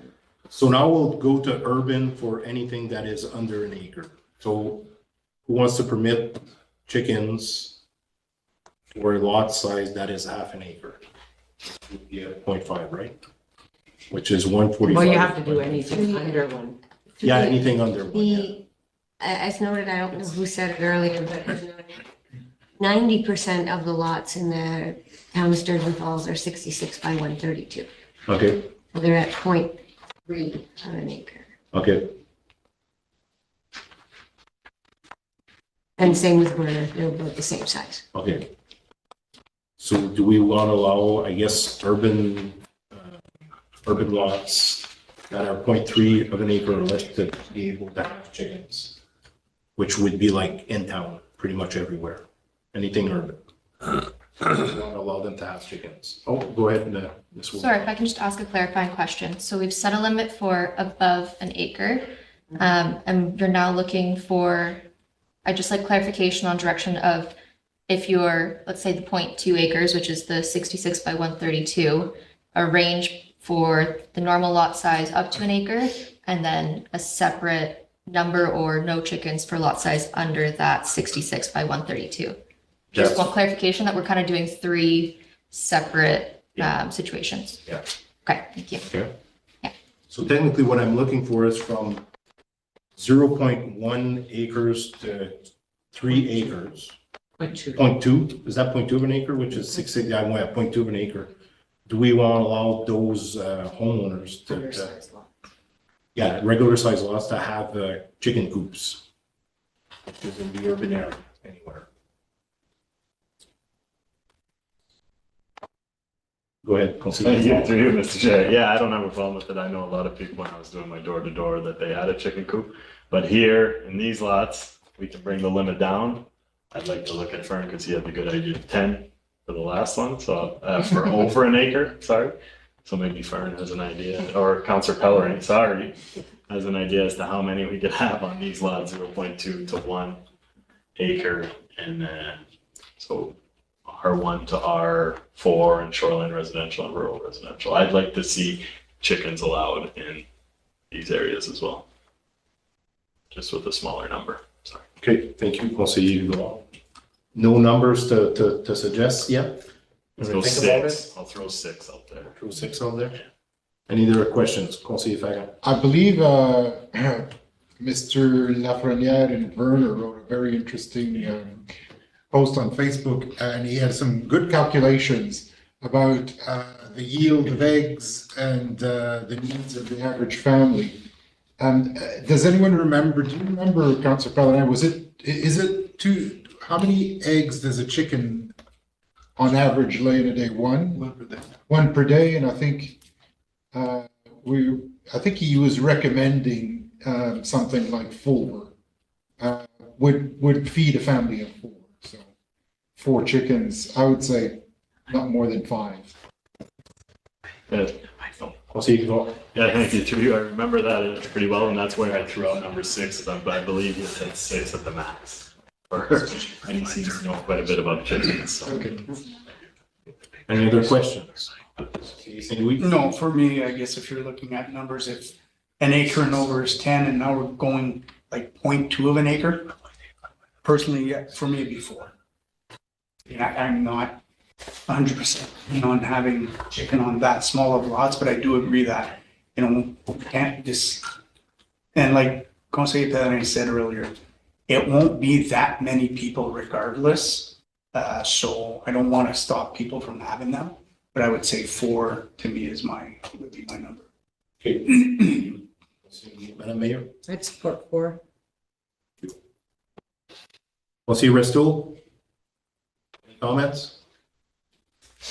Yeah, I shared earlier a bit about, door to door and folks and people coming up with their concerns, and it looks like we're moving towards allowing within the urban. So I would probably lean towards 4, like folks around the table. I don't think I think that would probably be sufficient for families on regular lots within urban. Great, thank you, Conseiller Restoul. Any other comments or any questions? Conseiller Saint-Louis? Sorry, through you, Mr. Chair. Can we clarify all this is 0 roosters, correct? Yes. And Because we talked about it for the first, this is still urban or anywhere 0 roosters. We're gonna get the roosters after. any residential, even the shoreline, and I think we all agree, shoreline residential, rural residential. Since there's no more, I'll make my comment. I don't favor having chickens in urban areas. I live in town and I don't want to have chickens, whether they make a bit of noise or not. I understand there's dogs, but anyways, if I'd like to have a chicken farm or I call it a McDonald farm with a pig and anything else, well, there's farming lands available to actually do that. But anyways, so personally myself, I don't believe we should have chickens in the urban area, but I'll go with whatever the majority of the people is, and it looks like if everybody agrees would be 4 chickens in urban, would everybody be sufficient to at least start with that? We can always change the bylaw after. Can I see a show of hands for 4 chickens in urban? We're good? Okay, thank you. So that will settle that. And for the next one, I hope it's quick. No roosters. Does anybody? No, this is a yes, That's a yes. No Yes. roosters? No roosters? Okay. Is there anything missing? Go ahead. So, Willock. Thank you. I'd just like to clarify that, so we've said that 4 chickens for 0.2 to 1 acre, and 0.2 is the average lot size in urban areas. We do have some lot sizes in Sturgeon Falls particularly that are a half lot, so they're 66 by 66. I'd just like to clarify that the intent is that no roosters be permitted on a lot that's less than 0.2. no hands. Chicken. No hands. No chicken. Thank you. Or roosters. Or roosters. And the other portion I think that's missing is multi-res. So are we all in agreement if it's a multi-res residence, no chicken? Any disagreement? Go ahead, Councilor Pellet. Multi-res are the people owning their own, No, they're renting. they're renting. Or the owner could be living there, right? And then renting like 2 units there, so. I would say you could allow it as long as you get the owner's okay with it. But one cool for the whole building. Yeah, if all of the residents in the unit agree to it, I think that seems fair, that they can have one. But one coop for residents. I think with multi-residential, I think it would be difficult. Even if you say, well, if, let's say in the case of a duplex, if people are sharing a backyard essentially, they go and ask their neighbor's permission, neighbor says yes, and then somebody else moves in, he didn't give his permission or she didn't give her permission. So I think multi-residential, the yards are usually small. If there's multiple residences, I would know multi-residential. I think it's going to cost them. Thank you. Councilor Resto? Thank you. Through you, Mr. Chair, I think I agree with Councillor Ferran. I think if that's what he was getting at, there was not for multi-residential. I think it's something new that we're getting into, right, as well. So there's a lot of potential challenges that could come with the multi-res situation. And I'm just of the thought that if we're going to introduce this as something new, we can get into that area now and see how it goes and revisit it next year if we need to see how things are. But my position would probably be not multi-res right now. There's going to be too many challenges in terms of how we're going to keep our fingers on that one and make sure things are going well. Okay, thank you, Councilor Resto. Madam Mayor? Yeah, I would actually have it worded that only single detached residences, because we also have R2, which are duplexes that could have 2 separate owners but share usually a smaller lot size, or like, I don't know. How would you? Through you, and with the new provincial regulations, even our single-family dwellings can have 2 additional dwellings on that property. So basically, pretty much everything is potentially multi-res. I agree with single residential only. Go ahead, Ms. Willock. Through you, Mr. Chair, just to add on to what the clerk said, we could look into possibly doing regulations that permitted only on single detached, and to accommodate Bill 23 and the recent changes that permit those additional dwelling units. We could consider the option of you are only allowed to have your additional dwelling unit or a chicken coop. As if you go to put an ADU into your house, you would no longer be allowed to do a chicken coop. Good suggestion. Any questions or comments? So are we in agreement for now? No multi-res? Show of hands, please. 1, 2, 3, 4, 5. Okay, passed.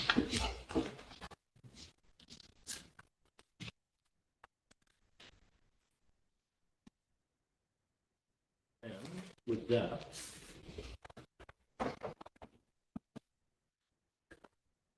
you need confirmation for, oh no, we need to talk about registration. We haven't decided on registration.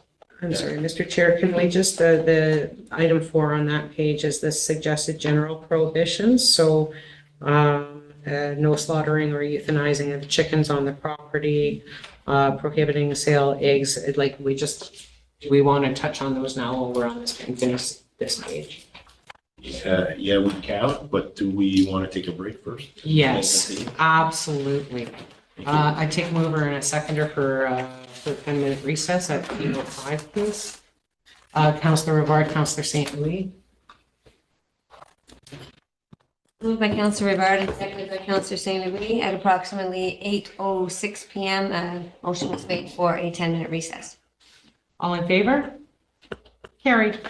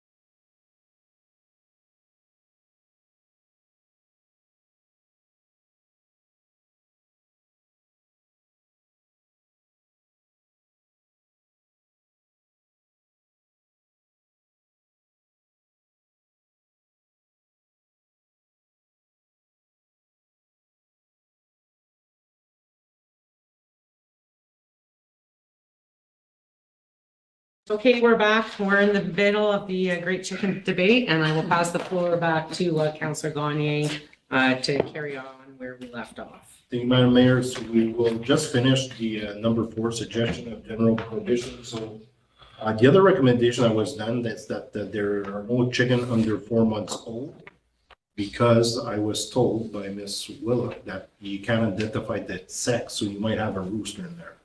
Okay. So if we can all be on agreement, no chicken under 4 months old. Okay, so we're good with that. Oh, sorry, go ahead. I'm just thinking, I think a lot of people will want to go and buy very young chickens. Often they'll buy them almost newborn. I mean, I don't know much about chickens, but don't people go and buy chickens that are less than 4 months old? I mean, if they end up being roosters, they'll have to get rid of them. What does get rid of them look like? Euthanize them. I don't know. What do you do with? Okay, so anything else to add there? Can see if I can. No, I'm just not sure about that point, and Perfect. Go ahead, Councilor Pellerin. Because I know when you buy them, let's say from the co-op, it used to be the co-op, and I guess there's other vendors now. When you get them, you know you had chickens and not roosters. You probably know more about it. On our forms, it's day old and there's sexed and unsexed options. That's from the co-op. I'm not sure about the breeder, but that's an option. But think about the experience. If you have an incubator in your house and your children are hatching eggs, and if you get a rooster, you could put it on Kijiji or Marketplace. People always take them. Farmers for feeding their dogs. I don't know. I just mean, there's often people always want roosters. Other animals. Like there's nice things to do. Self-talk. Leave it at that. Any other questions for 4-month-old chicken?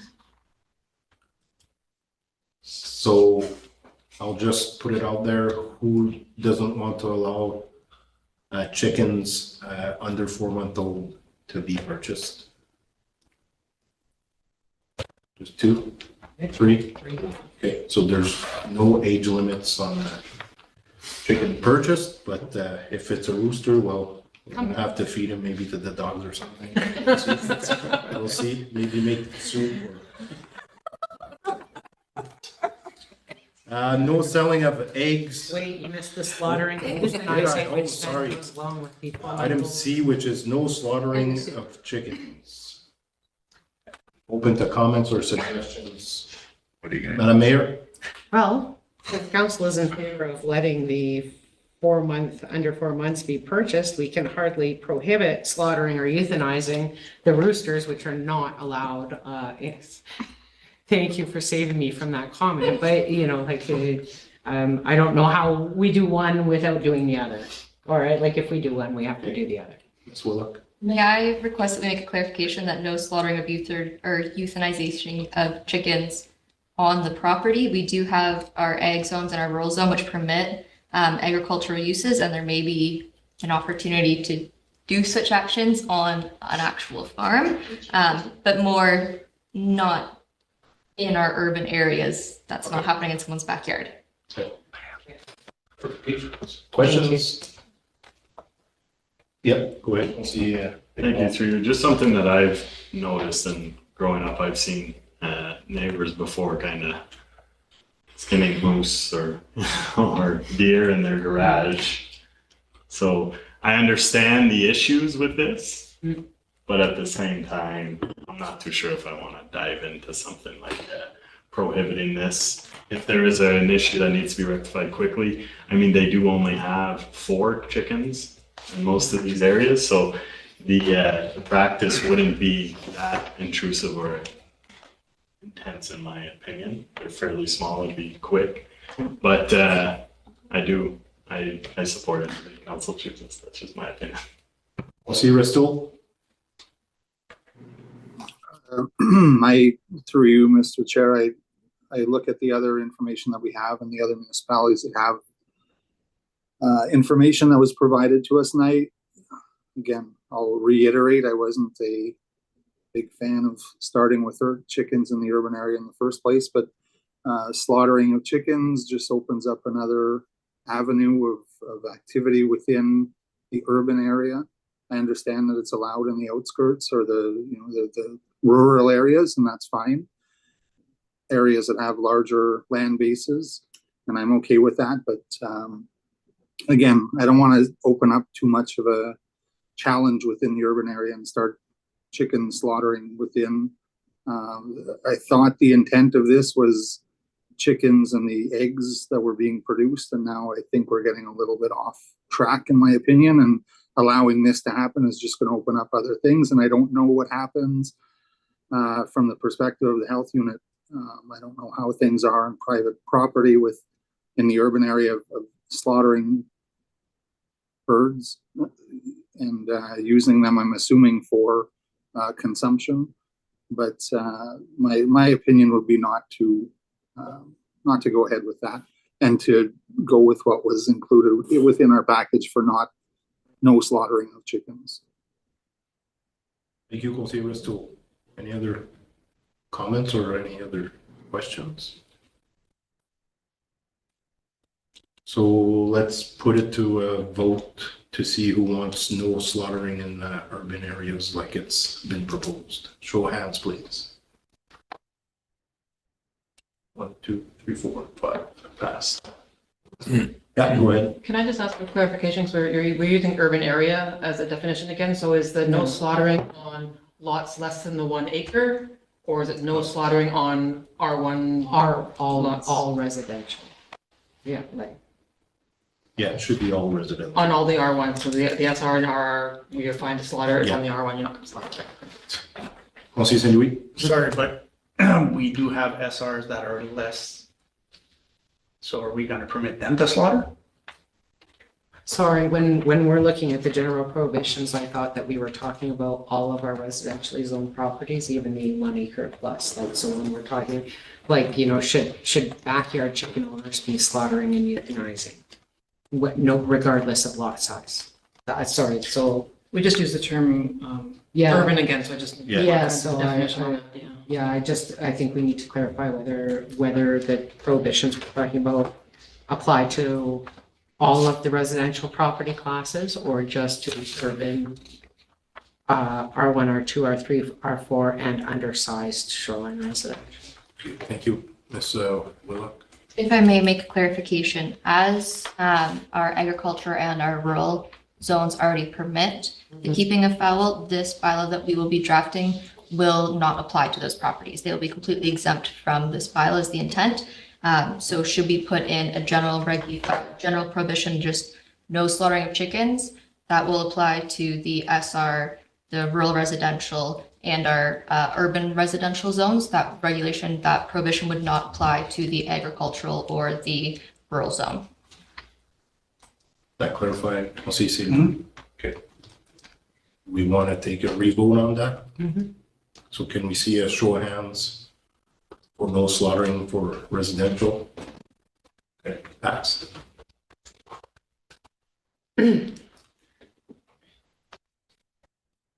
So the next one would be the selling of eggs. Manure, meat products, or other. Do we want to do them separately? Because, no, we want to do them all together?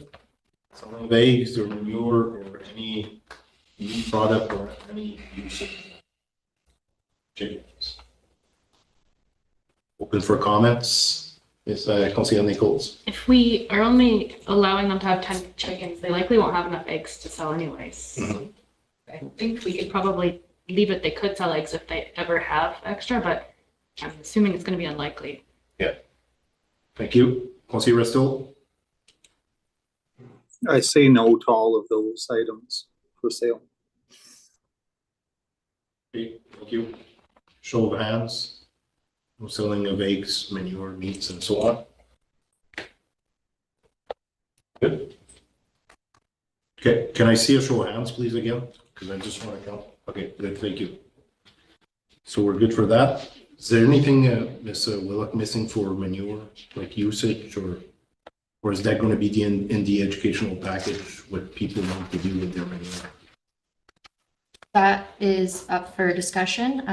There are some municipalities that do prohibit the use of manure on your personal property, just to ensure that there aren't bacteria in the manure that are then getting into the water table and spreading. So we can introduce a restriction on that. Also, an opportunity, we could restrict the keeping of hens in the hazard zone in our floodplain. Again, for likely possibly the safety of the chickens, as well as making sure that any manure in or surrounding the coop doesn't get into our water. Okay, thank you. So I'll open up for discussions for anything regarding to manure. Well, can we see a show of hands on restrictions within the hazard lands? Because that was. Yeah.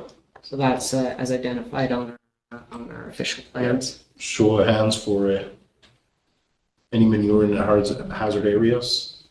No, it's not manure, no chicken coops. No keeping of hens, so the coops can't be located on hazard overlays, is that correct? Is that what you're saying within? That would be correct. Oh, okay, sorry. So it's the location of the coop cannot be within the hazard overlays according to the official plan. Okay. We'll see So if I through you, Mr. Chair, does that mean that they can have it as long as it's not on the part of their land that is hazardous to flooding? That's flooding risks, right? Mm-hmm. So if they have them on the other part of the land, it's fine. Okay. Councilor Stoll. Sorry, I was jumping the gun, Mr. Chair. I was voting. Okay, so sorry. So, Councilor Pellegrin. Okay, but I think what we're saying now is hazard land, because hazard land, from Laving to Sturgeon, the whole shoreline of Nipissing is hazard land, if I'm not mistaken. So that will eliminate everybody on the shoreline. We do have some properties, through you, Mr. Chair, there are some properties along the shoreline of Lake Nipissing that are entirely within the floodplain, as well as some properties between here and all the way up the Sturgeon River. There are some smaller lots on both those waterways that would be within the hazard overlay entirely. Yeah, I don't think it should be in there, because the few chickens that we're talking about, it's nothing compared to the geese and the cormorants and it's blowing out. We're blowing that out of proportion. Okay, thank you, Councilor Pellegrin. Councilor Faga. Thank you, Mr. Chair. I think now, if it eliminates a whole number of shoreline residential lots, I don't agree with it. I don't think the risk of mass flooding that will flood these entire properties is so low, and the number of chickens involved is going to be low. So I think we're maybe making too much of this. Okay. Any more comments or questions? So who wants to see no chicken coops in a hazard area? Show of hands. No chicken coops in the hazard area. Okay, so we can strike that out. Thank you. And I think I did cover everything for there. Now, if we go back to the initial portion for administrative decision, which was registration. I'll open it up for comments. Councilor Duval. Thank you. I'll go back to my original comment that I believe I would be in favor of a registration for the chickens, just simple bylaw. We can have an educational sheet on our website or available for public if they want. If they're looking into getting chickens, keep it fairly simple. We've done quite a bit here already when it comes to chickens. Thank you. Thank you, Councilor Duval. Any other questions or comments? Councilor Stoll. Thank you, Mr. Chair. I'm going back to Councilor's comment earlier this evening, and I think it's probably good practice if we do at least a one-time registration. Even if there's no fees associated with it, it's good. Data is always important, and if there are any situations where we need to know where these are and maybe where our dogs are for most of the residents in West Nipissing, I think it would be good practice just in case there is ever any outbreak that might affect those who have chickens, safety, public health. even if there's no fees associated, just to know where things are. And data is always important to have, and if we can gain that with very little cost, it would be beneficial, I believe. Thank you. Thank you, Councilor Resto. Any other comments? More comments? Oh, Ms. Nichols? Thank you. I basically like to echo what Mr. Rivard said. No registration, just put something up on the website with education and keep it simple. Okay. Thank you. Yeah, Councilor Through you, just like say that I did message my wife and we will register my cat and dogs by the end of the week. And I encourage it as many people to do so. Any other questions? So we'll just put it to a vote. Who wants to see a one-time registration? I'll echo at no cost. We can talk about the fees. I would do the fees separately, but one-time registration. One-time registration? Okay. Any fees for the registration? Anybody in favor of registration fees? Show of hands. No registration. Educational package. We want people to pick up or at least we need to share if people register the educational package with them. I think it would be good at education. So I'll see you all. Thank you. Even though I wasn't in favor of the registration, now that we are moving forward with registration, I do believe the educational package is a good idea. And then when or if somebody comes in for registration, we can provide them with that package. Okay. So we'll Mr. Chair, if I could just ask a clarifying question, do we just want to be providing that for educational purposes or as part of their registration application? Would we want to require that they sign a declaration stating that they've read through the educational materials that we've provided? And the bylaw, and agree to abide by the bylaw. Yes, and the bylaw, and staff, if council wishes, could prepare kind of a one-page, two-page refresher to kind of give a general overview of this bylaw as well. Okay. Any questions or comments? Yeah, Ms. Nichols. I'm going to say no educational declaration because we don't really do this for any other animal. I don't know why we'd start now. Could put information up on the website if they choose to read it. But just leave it. Okay. Other comments? So show of hands, who wants no mandatory education? Who want you? So just Ms. Nigel, who wants to see an educational package and also a confirmation form that they've went through the bylaw and read the educational package? Show of hands for that. Okay, so that passed. And the last one would be, if I'm not mistaken, would be inspections. Any inspections of the chicken coop, Madam Mayor? I would just say, because we're not, we've chosen not to implement any kind of registration fee. I think that if we move to a system where we're actually asking for inspections of the property before coops are built, there's a cost to that. And if we're not recouping any of the administrative costs through a registration fee, then I don't think that we should be doing inspections on the property beforehand. It'll be like every other bylaw that we have where it is a complaint driven. And because I think about the time that would have to be spent by either by law enforcement or building inspectors who are, we are understaffed in both areas already as far as the demand for their services. You know, we do have to account for the cost of our staff time in administering this. Thank you. Any other comments or suggestions? I'll see you in a week. And just a quick question through you, Mr. Chair, and it's not so much as opposed to the inspections and stuff like that. You said this is probably the last thing. We never spoke of the size of the coops. Is that in there? Is there certain specs that people should be followed? If it's 4, if it's 10? Is there anything in the with the other municipalities on the size of coops, or You know, I don't know. I've never had a chicken coop, so, or can they just put them in, you know, any kind of backyard shed or? Yeah, through you, Mr. Chair. Most of the bylaws that we review do have some type of coop requirements, whether that be just a maximum or a minimum size overall. A lot of them do follow a similar requirement that your coop is 0.37 square meters per hen, and that the run have, I believe it's 0.092 square meters per hen. So we can look at instituting that.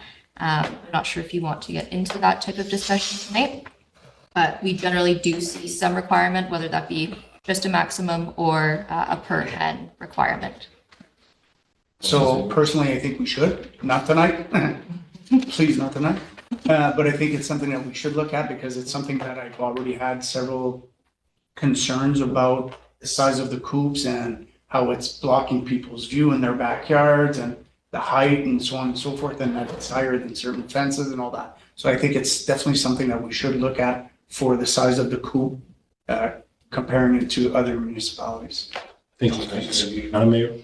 I would just say on that type of item, my preference would be to have staff do the research on what is appropriate, either according to guidelines provided by the Ministry of Agriculture, Food and Rural Affairs or other best practices, and come to us with suggestions. I don't want to be having the debate on whether it should be 0.37 or whether it should be 0.41. On those kinds of issues, I think that staff is best equipped to come back with it, like included as either part of the bylaw or part of the education package that outlines what's required. I don't know that council needs to debate the minutia of those regulations, because I think that it's clear that staff has already done a significant amount of research, and but I do agree that those kinds of guidelines need to be included just the same way as we identify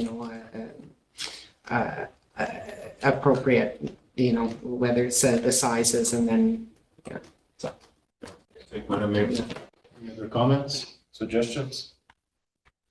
Councilor Rasool? Thank you, through you, Mr. Chair. I always enjoy the discussion around the table and hearing different perspectives on things. And I think listening to those around and talking about going back to registration fees, if I might, just for a second. I know we're not finalizing anything this evening, but I think there might be some value in putting something that's at least cost recovery for our inspectors to go check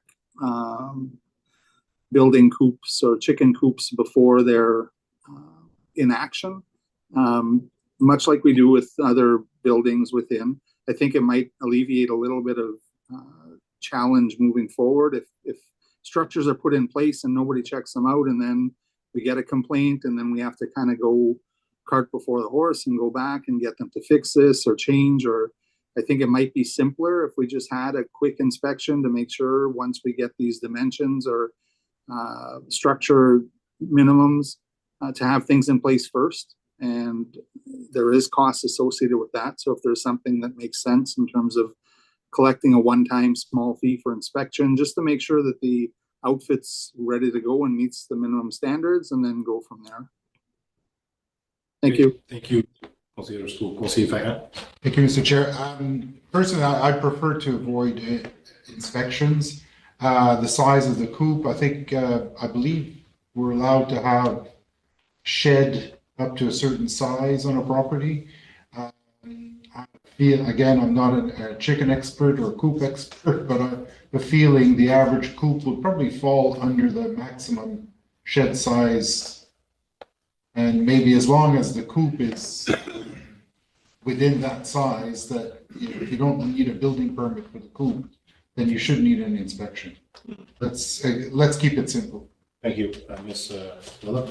Through you, Mr. Chair, most of the bylaws that we looked at do have a maximum coop size that's around 9 to 10 square meters, which is under the threshold for requiring a building permit. Okay, thank you. Councilor Duval? Thank you. I was just going to mention what she had mentioned, that Ms. Willick mentioned the building permit you need is 160 square feet larger. So I don't see a problem with that. Okay, perfect. So any other questions or comments? So a vote to see if we want to have an inspection done for the coops. Show of hands, who wants the coops inspected? Jamie, you're the only one, so no inspections. And Jamie, I appreciate your comment in regards to cost recovery, but we already discussed the fees and we did say that we didn't want any fees for that. So if I'm not mistaken, Ms. Willock, I think that brings us to the end of the items that we wanted to vote on. Did I miss anything? Yeah, I'll get to you guys. Don't worry. Is there anything missing on your side? I don't believe so. The one option was the cap on the number of registrations, but I believe because we're doing a one-time fee, we hit that 25, there wouldn't be an option for, we'd need some form of deregistration so that those spots would open up should there be a wait list. So I'm not sure if that's something we'd want to consider given the one-time registration. Okay, so we'll finish that and then I'll get to your questions after, okay? So do we want a maximum registration for amount of coops? Or if there's 3,000 chicken coops in Sturgeon, or we're capital of chicken coops in the world? Eating eggs. Okay, no? Caps are rich. Okay, perfect. Madam Mayor, and then Conseiller Faye. Go ahead, Madam Okay, Mayor. the only other consideration I want to make sure is that the bylaw will also reference our zoning law as far as appropriate setbacks and whether the current setbacks on the different property classes are adequate for setbacks for coops. I did read that some municipalities went higher than what they're, so say if you're building a shed, your setback on an R1 might be 1.5 meters, 1 meter, 2 meters. Sorry, I was getting there. I was somewhere close. But for a chicken coop, you might want it slightly bigger. So we need to, I think, either determine that as long as it confirms with, conforms with the other regulations under our zoning bylaw, it's fine whether there should be an increase. Again, tying back to the zoning bylaw, the other thing to consider is that for many property classes, there is a cap on the number of accessory structures permitted on a property. And so does a chicken coop count as an accessory structure and therefore make up? So, you know, you can have a shed and a this and a that. It might be you're allowed 3 accessory structures. Is a chicken coop considered an accessory structure? And the other part of the zoning bylaw I would think that we would want to conform to would be the lot coverage. And so those would be just 3 other items that in relation to the zoning bylaw, I would think you would need some, is the intent that it has to match the zoning bylaw as well. Through you, Mr. Chair, the general approach in the zoning bylaw is if it is a roof structure, it counts towards the lot coverage and it counts as an accessory structure. So I believe that if we followed suit with what we currently have in place, we would be deeming a chicken coop to be an accessory structure and as such being subject to the lot coverage requirements.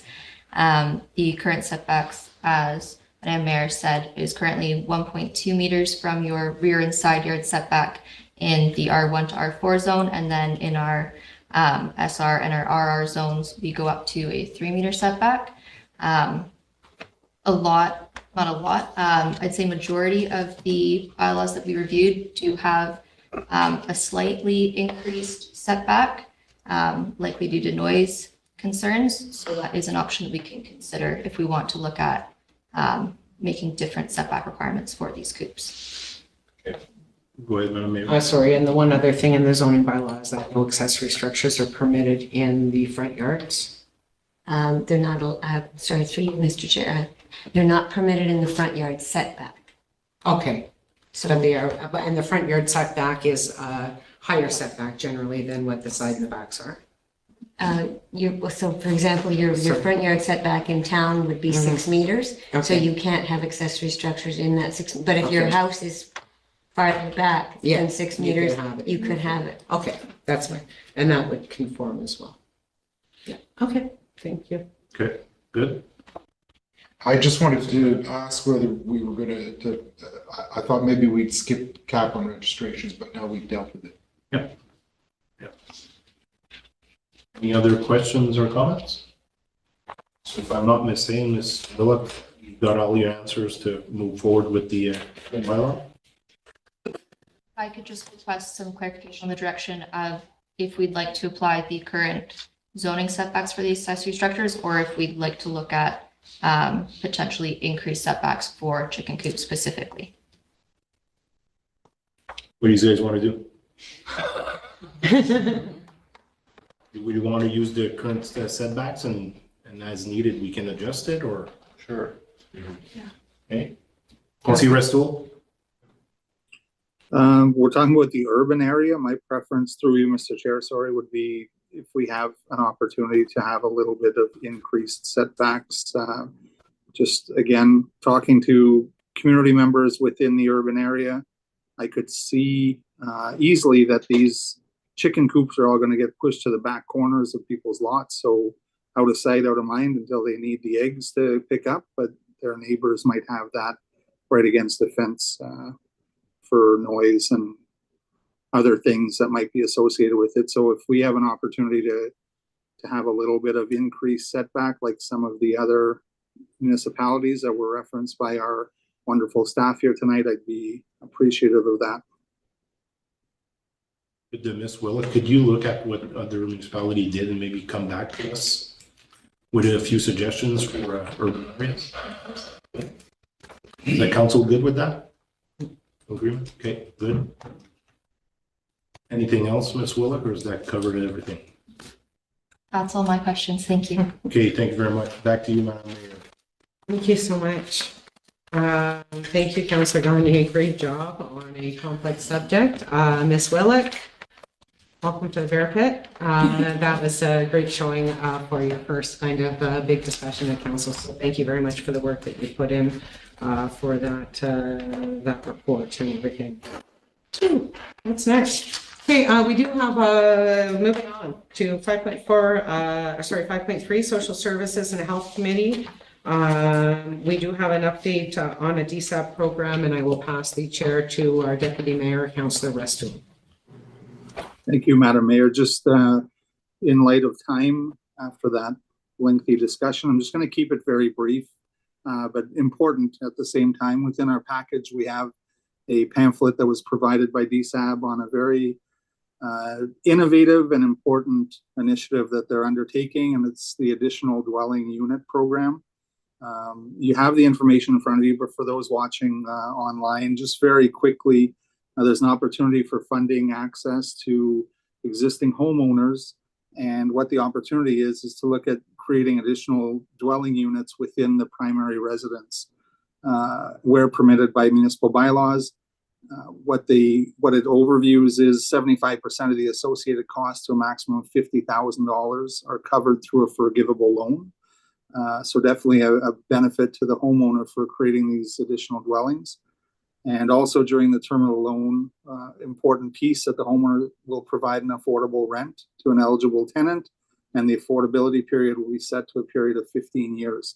So we all know the challenges that we're faced with affordable housing within our municipality and the Nipissing district as a whole. So creating these opportunities helps homeowners who want to expand their primary dwelling, create some additional spaces, which will help with our housing crisis that we're within here.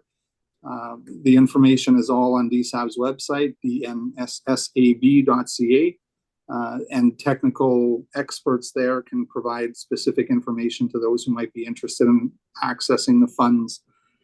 So I think it's very important. We've heard from numerous organizations within the municipality about the challenges of housing. So working with DSAB to create this opportunity to hopefully create some spaces within West Nipissing will definitely be a benefit, and affordable housing as well for those who need that.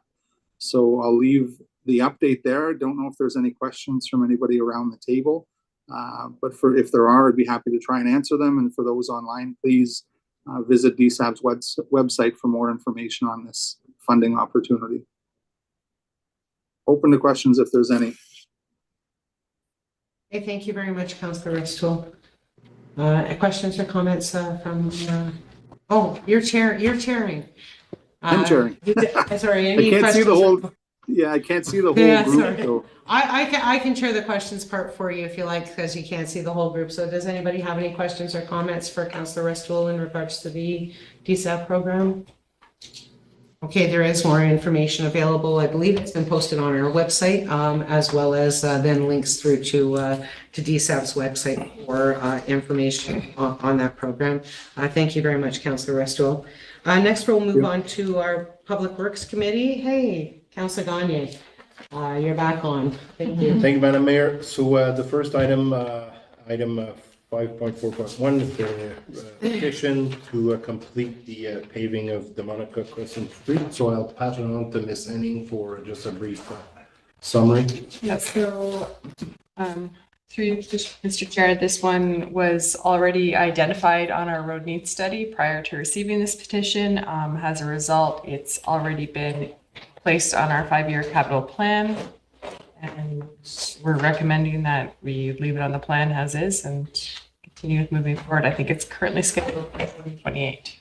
Okay, thank you. So just maybe for the people on the Domino Crescent Street, it will be addressed as a priority with all the other roads that needs attention, and eventually it will be looked at. Unfortunately, it'd be nice to have millions and millions of dollars to do it right away, but at least it's on the list within the next 5 years. Thank you very much for that. And next item is 5.4.2, which project update. So I'll pass it on back to you. So I have a few updates to the memo that I previously provided in terms of construction this summer. We all know no one likes construction, but it's also very necessary. And I think we're going to have some really nice results when we're done. So currently the Eugene Road Bridge replacement is scheduled to happen in the month of September. It's going to be just a 1-month closure for that. And as we get closer to the date, we're going to be making sure that the residents who are impacted in the area are informed and that everyone's informed of closures and whatnot beforehand. The Front Street work, which is ongoing, that will be completed this fall. The work on John and King Street. We should actually see John Street reopened by August 23rd. And the work on King Street, the first section will be completed by September 30th. And then the following section of King Street from Market to Ethel will begin after that. And that will be completed in 2025. Resurfacing of Saberon and LeBlanc roads, that I had on here August 26th to August 30th. It's actually now scheduled to be happening August 21st to 23rd.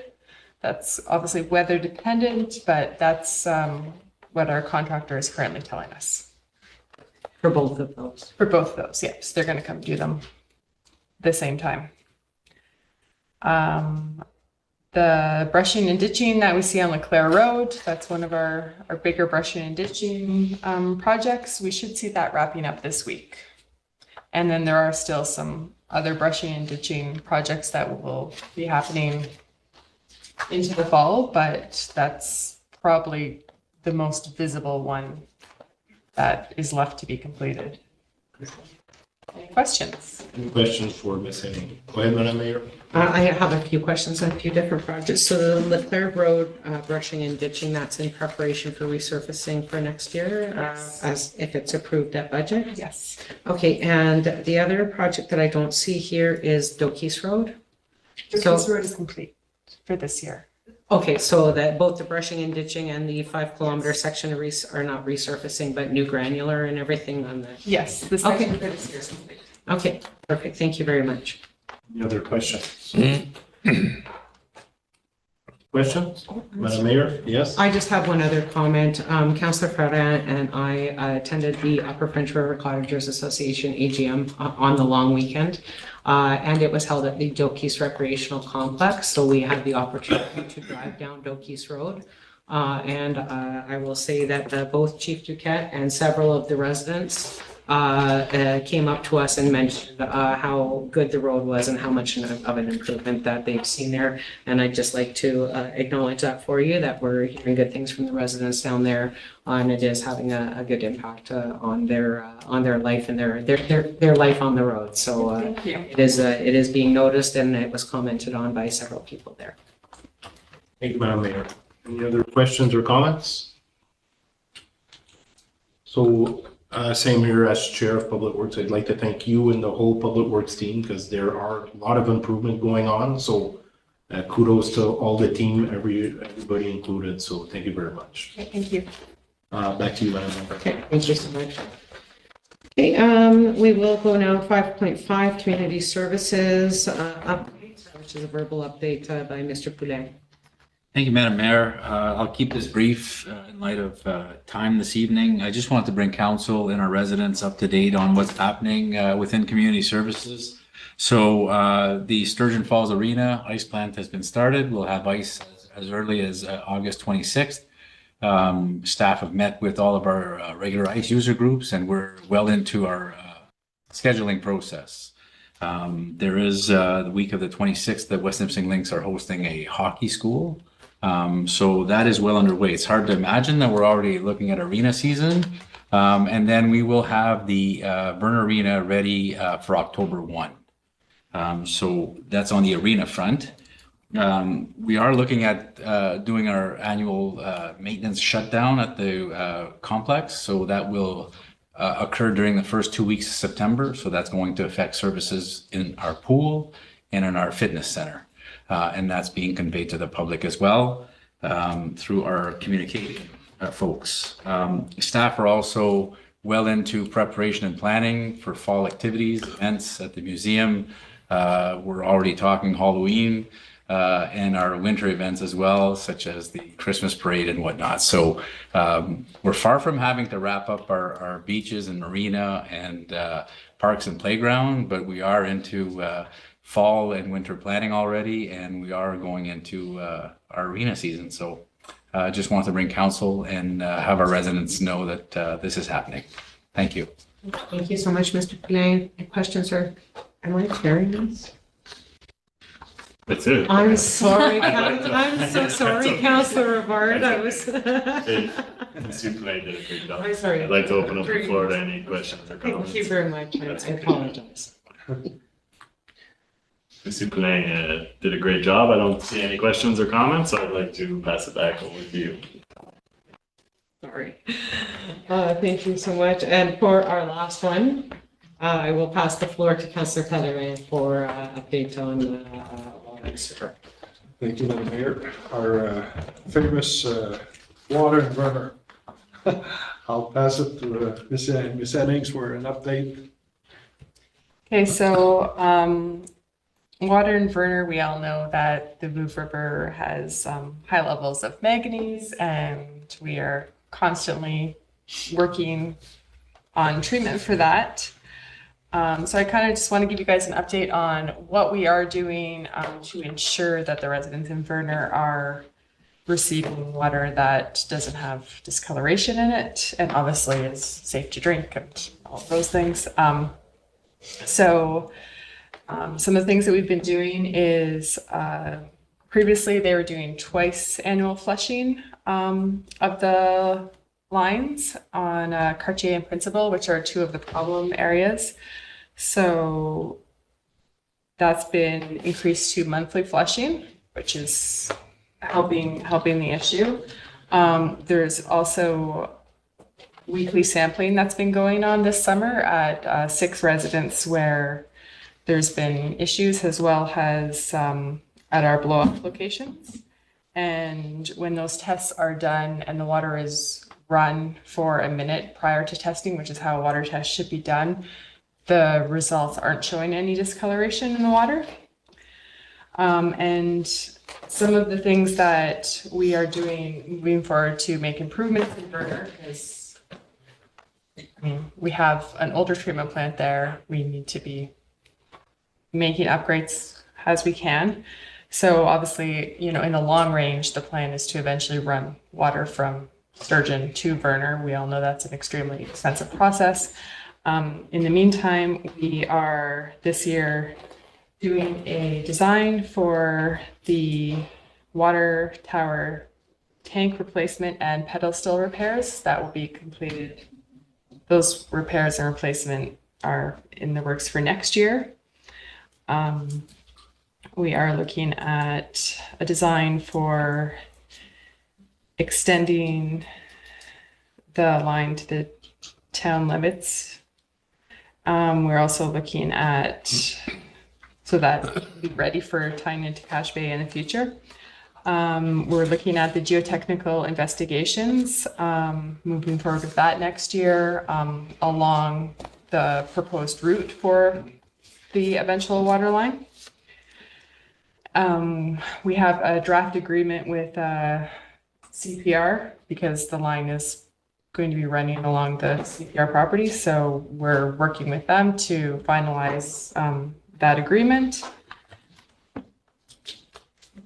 And yeah, we're continuing to examine long-term funding and solutions so that we can eventually move forward with this project, because I think in 2021 it was estimated at costing $10 million, and I'm sure that cost has only gone up from there. So we'll open it up to questions. Yep, oui, Monsieur Perrin. Thank you, Mr. Chair. I have a rather long list of questions, and I hope, Mr. Chair, you will indulge me.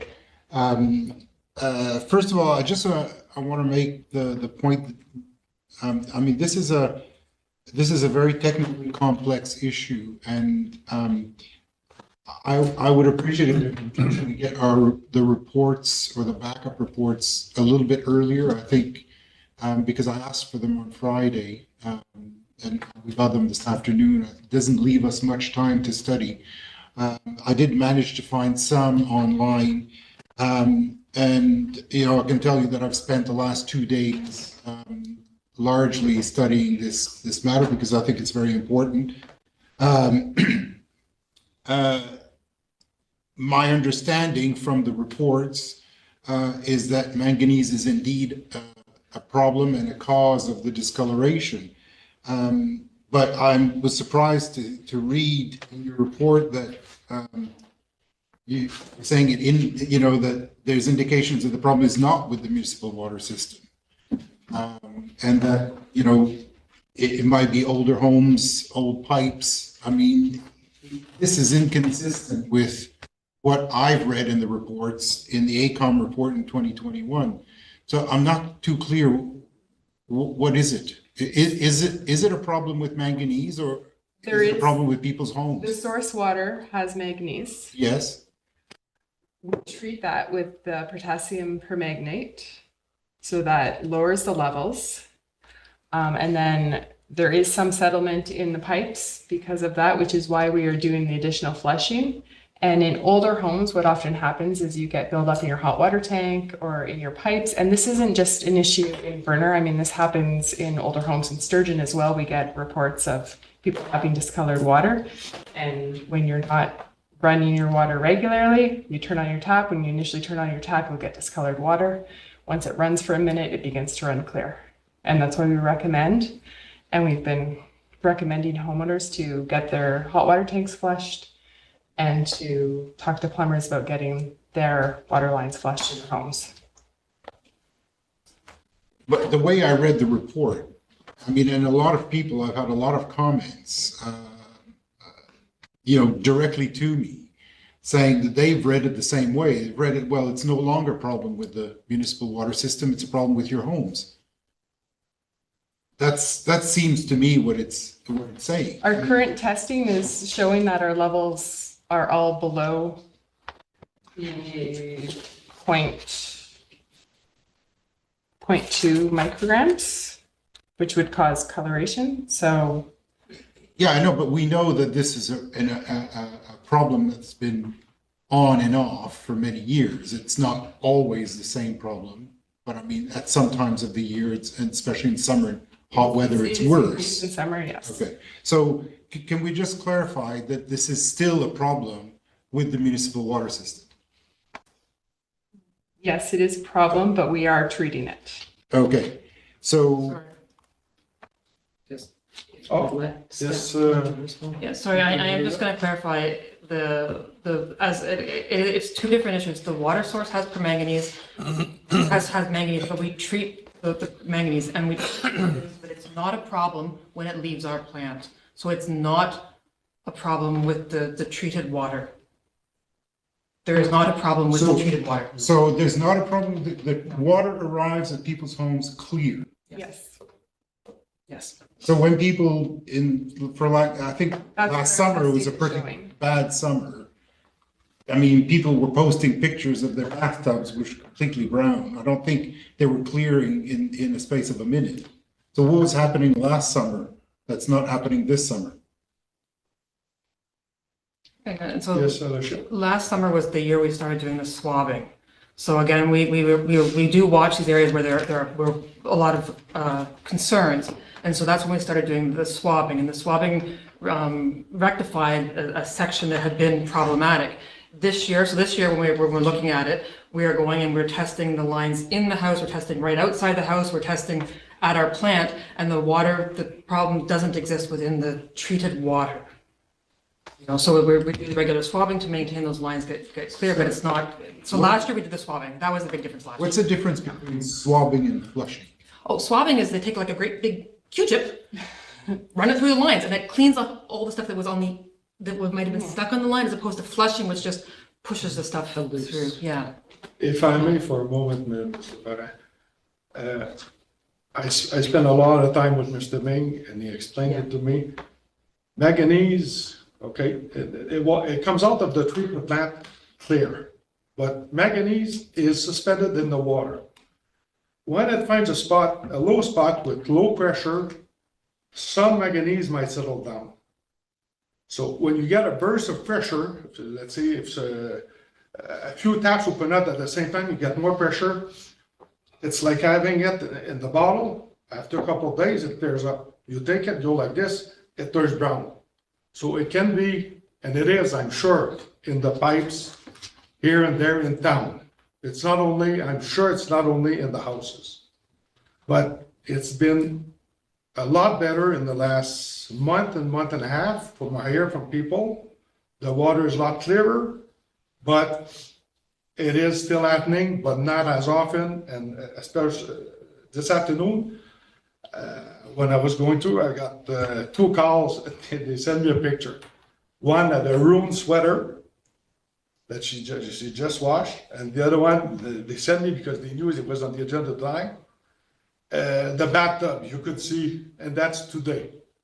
And like you say, they ran it more than a minute. The one that the sweater is all colored. Her husband was using the hose for at least an hour outside. So it is still in the system, but it's better from I hear mostly from the last month and a half. Hopefully they keep it up, but I'm sure it's still a problem. I'm sorry, when we're talking about, it showing up in laundry and in bathtubs, often that's warm water that's sitting in your hot water tank. Hot water on demand.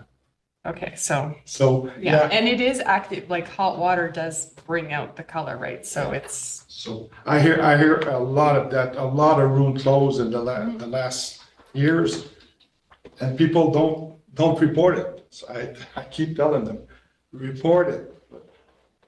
Sorry, yeah, Mr. I get through you, Mr. Chair. I'd just like to provide kind of my opinion on that whole if it's a municipal's water system fault or source water.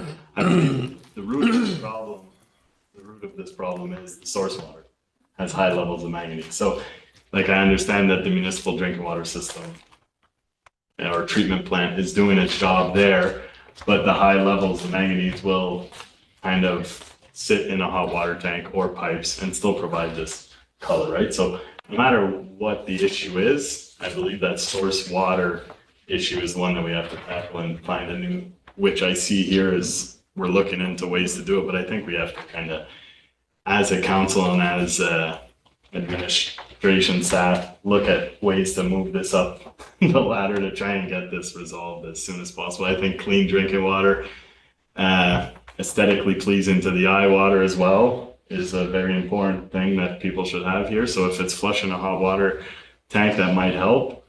Well, I'm not too sure, but to just be kind of telling residents that they should be doing this at their own cost, or whatever it takes, that doesn't sit well with me. I'd like to see this kind of brought to the forefront. I love the ideas that we're investing in the water tank in Verner, because then we'll be ready for when we pump it from Sturgeon. So there are things that the municipality is still doing that are great. We're getting ready for this large infrastructure project, but I still, just in my opinion, would be that this has to move forward a little quicker. I don't have the answers to it though. Thank you, Councillor Bob. Yes, If I can just address Councillor Vard and Councillor Ferrer, so that this issue was on the agenda after your agenda request there. And then I actually got the notification on Monday, not on Friday, for a request for a lot of additional information. And it's just not possible for us to get all that information back out to you in a timely fashion. But it is one of those things that perhaps needs to come back with all that detailed stuff at a future council meeting so that you have a chance to absorb all that detailed information. You know, we didn't have a chance to get that historical line of all the steps that have gone on since 2018 with it and bring all that back for this council, because this council hasn't dealt with all of that history, but that might be better suited at a different time where you've got a chance to absorb all that information that went out today for you. Yes, Mr. Ferrer. Thank you, Mr. Chair. Can I ask you, what is the number of households that have been affected by this, and what's the number of households we think are affected by it? Because I know that the number is different, because, and you mentioned, Mr. Chair, there are a lot of people who don't complain, and I think a lot of it's because they feel despair that nothing is being done about it, and nothing will happen, so why bother complaining? But do we have an idea of those numbers? So water users in West Nipissing, overall, including Sturgeon and Cache Bay, we have 3,298 users. 3298. Yeah. Okay. And that's Sturgeon, that's Cache Bay, that's Verner. So Verner, we have 329 users. So, realistically, yes, all the users in Verner are receiving water from the Vouv River, and we don't have huge numbers of complaints from people on this, especially since we've been treating and doing the extra flushing and that sort of thing. But since 2018, we have 16 homes which have complained of discolored water in Verner. We also have complaints of discolored water in Sturgeon as well. We have discolored water that occurs from time to time in Sturgeon. We have it in Cache Bay. We have it in Verner, but it's a much bigger problem in Verner because of the water source. And was it the same households year on year? Yeah, the majority are the same households, the ones on Principal and. So do we understand why it's the same ones and why other ones never get discolored water? Is it as you were saying, that?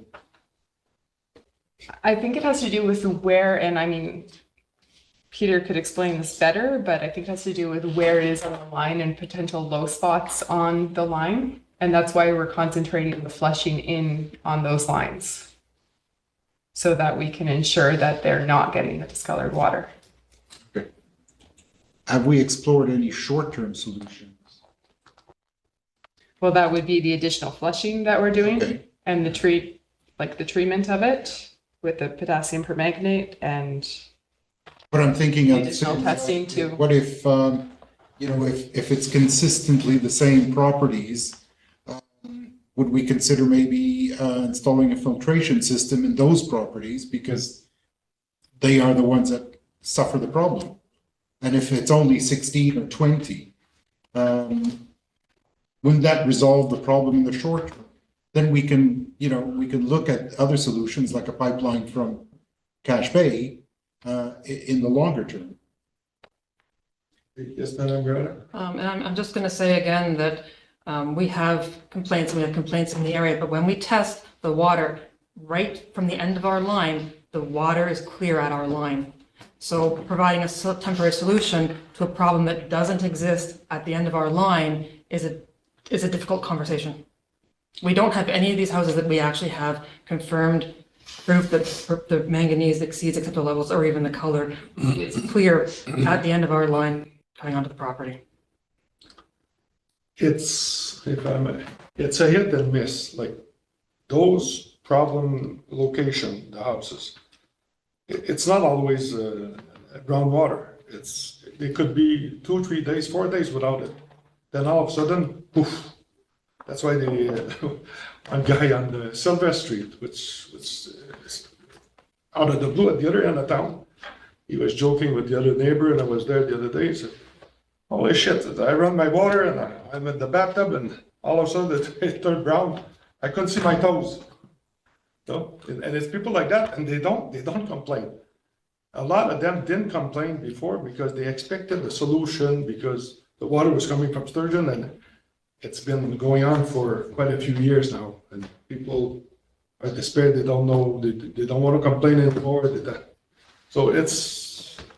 Well, again, I'm not an expert, but if it's restricted to certain people in one location, to me, it doesn't sound like it's a problem in people's houses, because it would be distributed some other way. It wouldn't be on Principal, for example. So I'm not an expert, and I, when you say, I believe what you say, but it doesn't make sense to me. I can't reconcile it. Yes, I agree. And again, it's not all of Principal that is a problem. It's, I could give you the address, but I won't give you this one house. All of the neighbors are fine. So it's not that we've got it as a zone that's a problem. We've got one house on an entire street, which then again makes it sound more like an issue not on the line.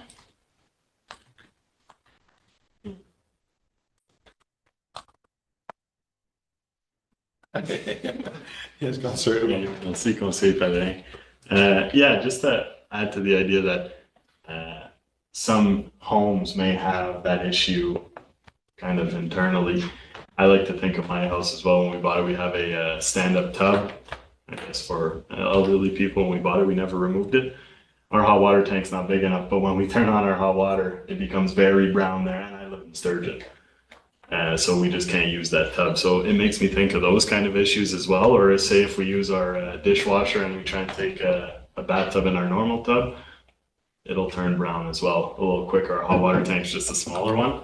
So I'm thinking that could kind of contribute as well to these discolorations, but obviously there's a root cause in Verner where it's happening more than we'd like. So I do understand where staff is coming from, but I don't like pointing the finger at, oh, it's not our fault, it's your fault, or it's the water's fault. That river is not that clean of a river. It's got high levels of manganese.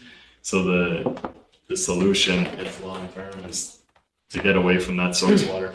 Tons of towns in Northern Ontario, Southern Ontario have source water protection plans, source water protection, drinking water protection plans, things like that.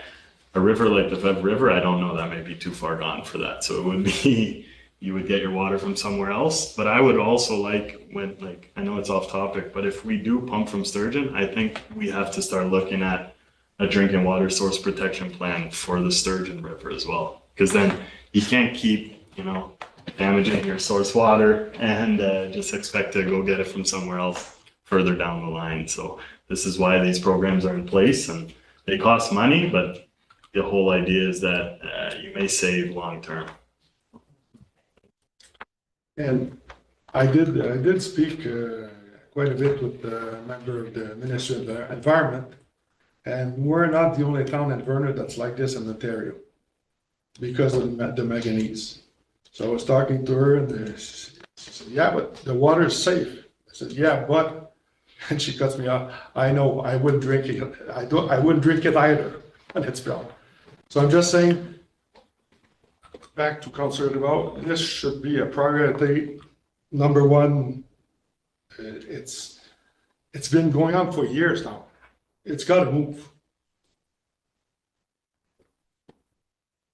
Yes, Councilor Nicole. Thank you.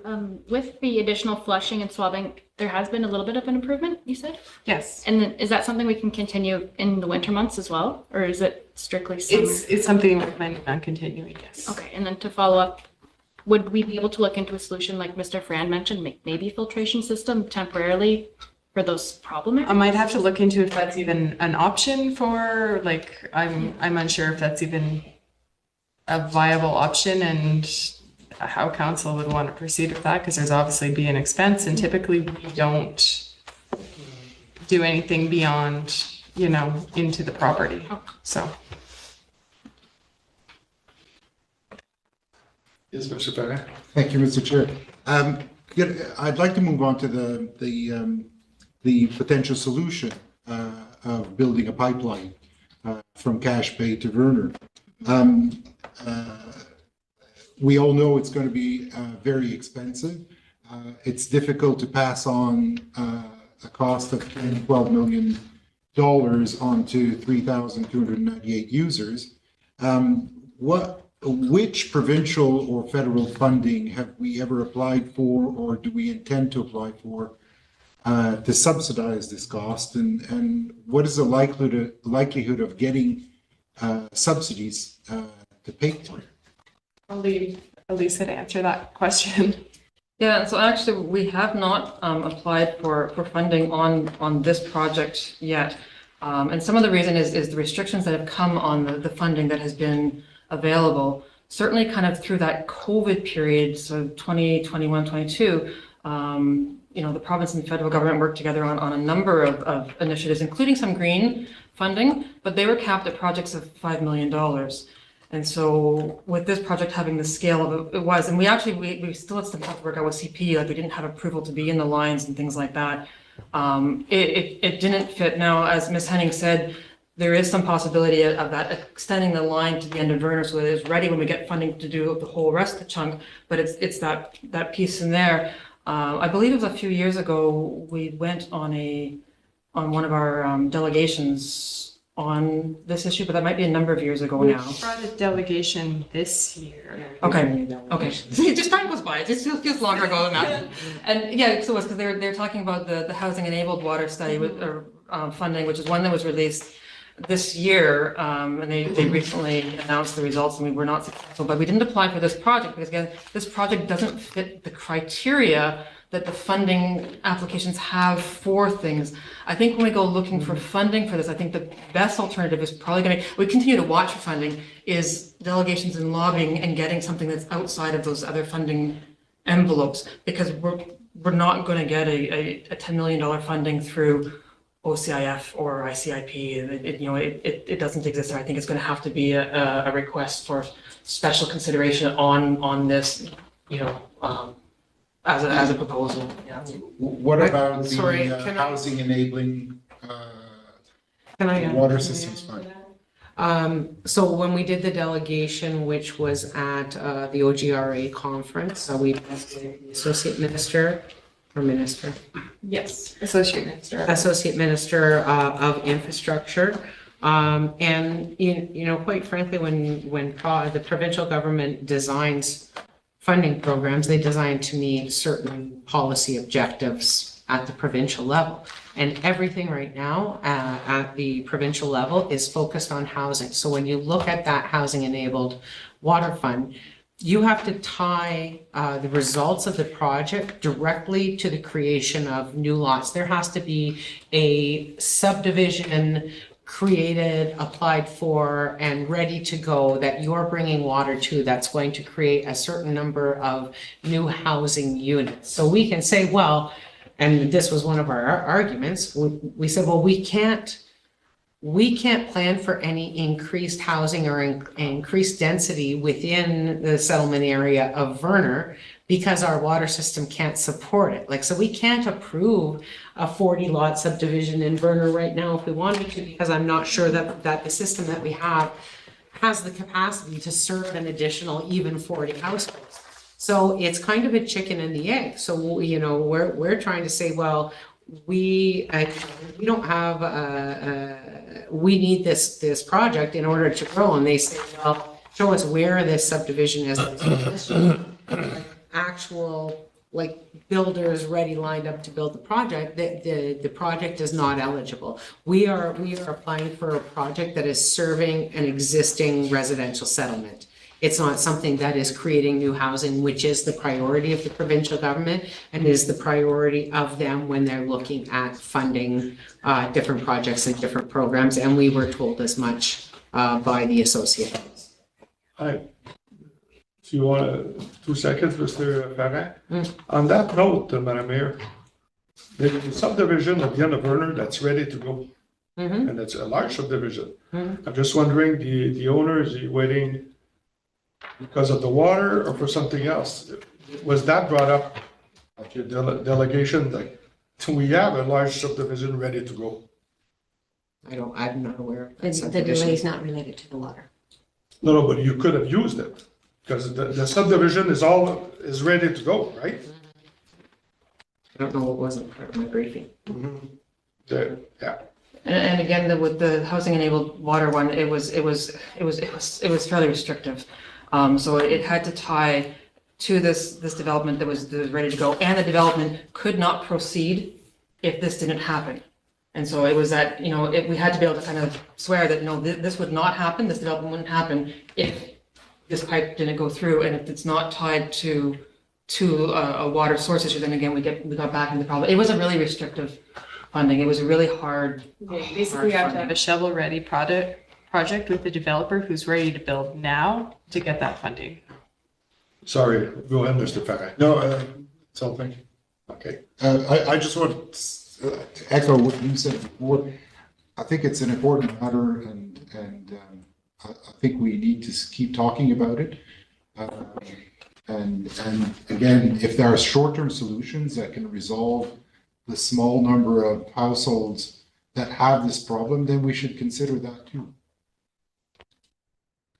Any other question? I'll just say, Yeah. Madam Mayor. as Madam Charlotte indicated, I think it would be helpful for this council to have a full information package dating back to at least 2018.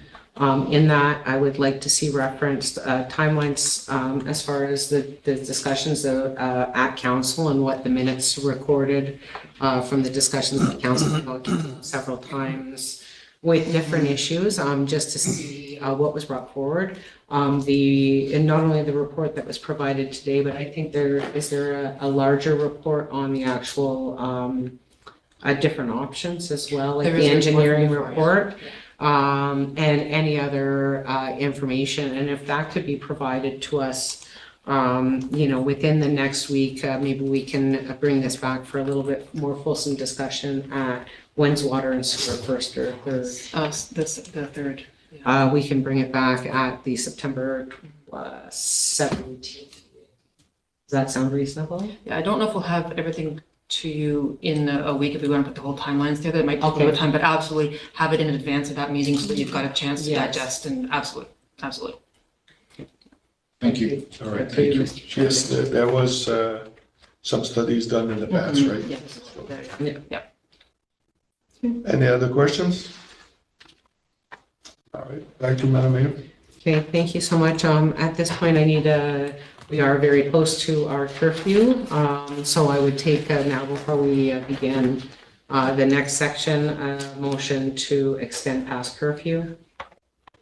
Councillor Rivard, Councillor Gagne.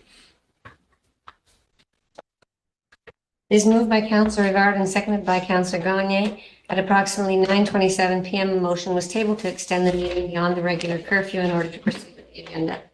Okay, all those in favor? Okay, thank you, carried. Okay, we will move on to the regular portion of our meeting. And first up is the consent agenda. It is moved by Councillor Ferrand and seconded by Councillor St. Louis. Be it resolved that the consent agenda for the Council and Committee of the Whole meeting of August the 13th, 2024 be approved as presented. Any questions or comments on the consent agenda? Thank you. All those in favor? Carried. Thank you. Okay, now moving on to our planning files. Madam Clerk. It is moved by Councillor St. Louis and seconded by Councillor Ferrand. Whereas on May the 20th, 2014, Council for the West Nipissing Municipality granted approval for a draft plan of subdivision of 9 lots on lands legally described as part of Lot 6 Concession A in the Township of Springer to DeLorme Properties, Inc. And whereas on March 19th, 2019, the applicant received an extension to the approved plan to March 19th, 2020. And whereas on February 15th, 2022, the applicant subdivider received a further extension of the approved draft plan until February 1st, 2024, be resolved that the Council for the West Nipissing Municipality approves the requested 18-month extension of the approved draft plan of subdivision to DeLorme Properties, Inc. until February the 1st, 2026, allowing the applicant time to complete the required work in order to meet the previously set terms and conditions. Okay, questions or comments? None? All those in favor? Carried. Thank you. Okay, second one.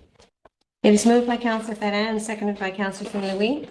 Be it resolved that bylaw number 2024-59, being a bylaw to amend the zoning bylaw 2014-45 to rezone certain lands located at 343 Duck Creek Road from rural RU to shoreline residential SR, shall come into force and take effect on the day it is passed.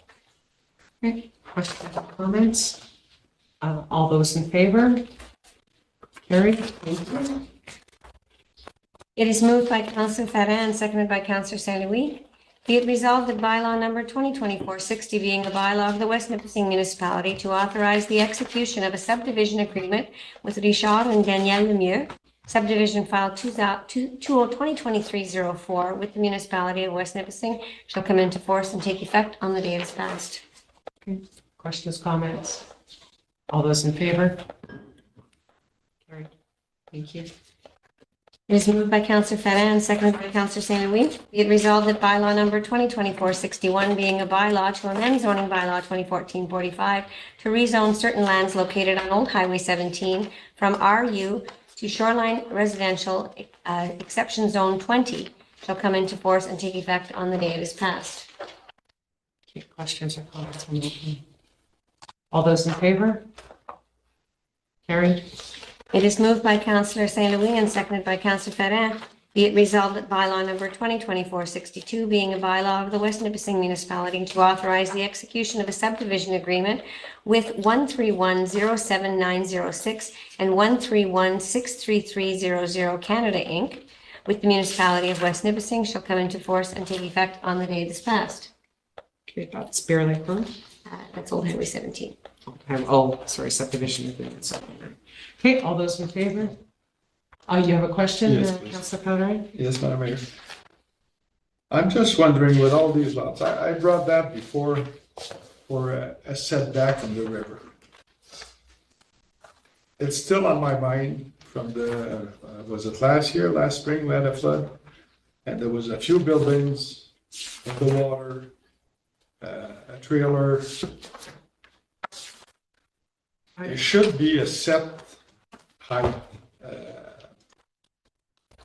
I believe for this particular file, we did amend the setbacks from 18 meters to 30. Is that this is the one that we did amend Yes, setbacks that is on? So on this subdivision agreement, there is a 30-meter setback for building on that lot. The standard according to the zoning bylaws, 18 meters.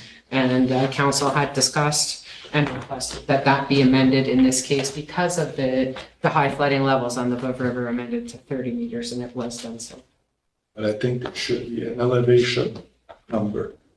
Okay, that is a discussion. We're actually starting on official plan stuff this week. Our planning advisory committee is having a first meeting with the consultants who are doing the official planning, and I think that is something that we could address, especially in flood prone areas like certain sections of field and the Little River, where we do have elevated risk of flooding. It is something that we can address in the official plan updates that we're going to be undertaking for the, so we can do it on a grander scale and address it like kind of from a more strategic point of view instead of just doing singular exceptions or changes, if that's what you're speaking about. I think Sturgeon River and Field, they already have an elevation. I think the only place is the River that doesn't have an elevation flood zone, I think. So Ms. Willick just nodded at me that she did make that as a note for the start of the official planning session. If you want to make a note for yourself as well, because we as a council will also be working with the consultants to advise as well as other stakeholder groups within the community. But I think that that's an excellent idea, and I think that that's something that we can address through the updates to the official plan, if you're comfortable with that. Yep. Is that okay? Yeah, Okay. thank you. Thank you very much, Councilor Powder. Good point. Any other questions or comments on the subdivision agreement as read? Okay, all those in favor? Carried. Thank you. 626. It is moved by Councillor Feta and seconded by Councillor St. Louis. Be it resolved that bylaw number 2024-64 being a bylaw to amend zoning bylaw 2014-45 to rezone certain lands located on Bear Lake Road from shoreline residential to rural residential shall come into force and take effect on the day it is passed. Okay. Questions or comments? All those in favor? That's carried. Thank you. It is moved by Councillor St. Louis and seconded by Councillor Feta. Be it resolved that bylaw number 2024-65 being a bylaw to amend zoning bylaw 2014-45 to rezone certain lands located at 646 Marlow Road from shoreline residential to shoreline residential exception zone 19 shall come into force and take effect on the day it is passed. Okay. Questions or comments? Sorry, all those in favor? Carried. Thank you very much. Okay, so that concludes our planning files. We will move on to new business. Madam Clerk has a resolution. It was moved by Councillor Pellerin and seconded by Councillor Gagne.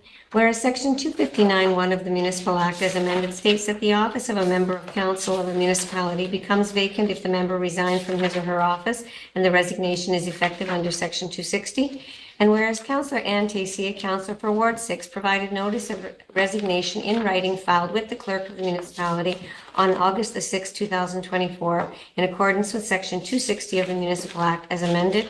And whereas pursuant to Section 262(1) of the Municipal Act, council must declare the seat vacant at the next regular meeting of council.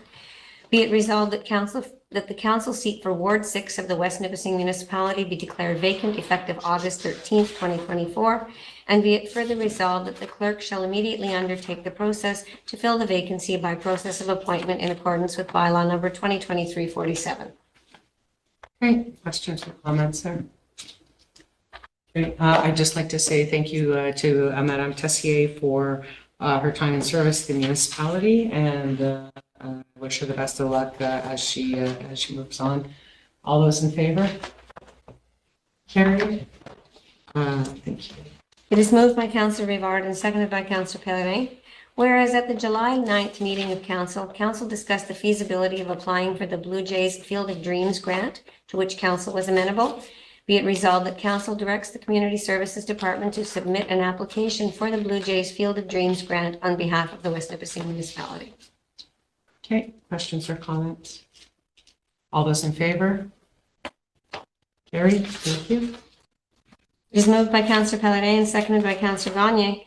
Be it resolved that the second quarter financial reports for the West Nipissing Municipality be received.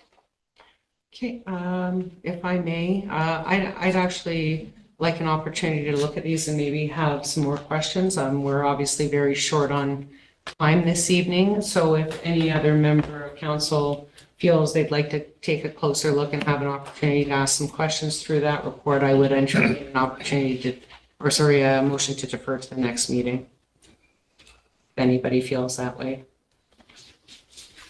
To defer? Okay, Councillor Restoul, motion to defer so we can have an opportunity to discuss a little further. You're the mover? No, Councillor Restoul. Okay. And seconder, Councillor Pellerin.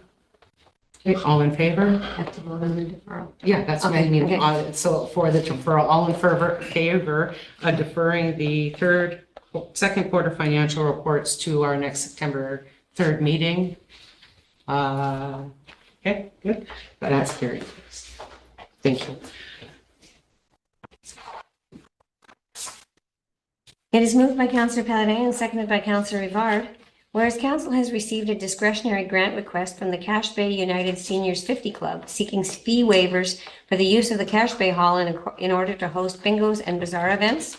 Be it resolved that pursuant to policy number 2024-137 discretionary grant, Council hereby authorizes the fees to be waived for the use of the Cache Bay Hall by the Cache Bay United Seniors 50 Club for the following dates: September 8th, 2024, October 20th, November 10th, and December 8th. Okay, questions or comments? All in favor? It's carried. Thank you.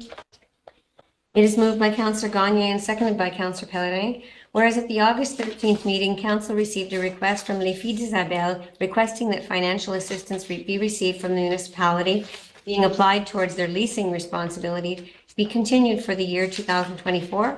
Be it resolved that Council authorizes the financial contribution of $3,600 at $300 per month be sustained for Les Filles d'Isabelle to be applied towards their rental costs for the 2024 year. Okay, questions or comments? Okay, all in favor? Carried. Thank you. It is moved by Councillor Rivard and seconded by Councillor Pellerin. Whereas requests for quotations were sought for the purchase of an ice resurfacer, and whereas 2 quotations were received, and whereas Council concurs with the recommendation received, be it resolved that the quotations for the purchase of an ice resurfacer be awarded to Zamboni Company Limited for the amount of $107,340, being the lowest quotation meeting all specifications. Okay, questions or comments?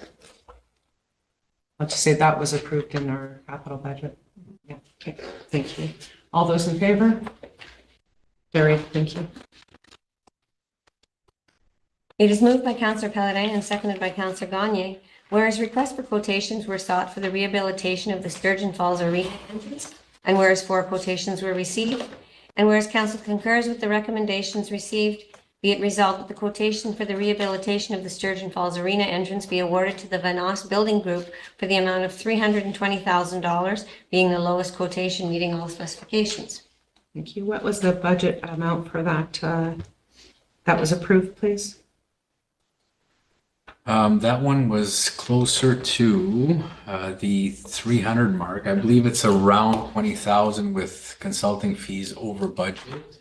Okay. But we do have room within our capital reserve to cover those costs. Okay. Any other questions or comments?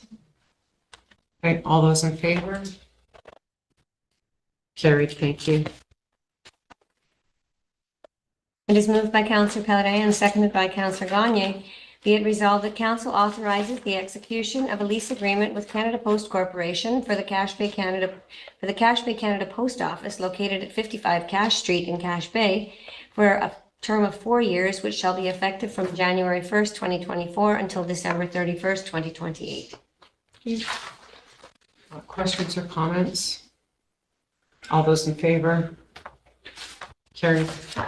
It is moved by Councillor Gagne and seconded by Councillor Pellerin.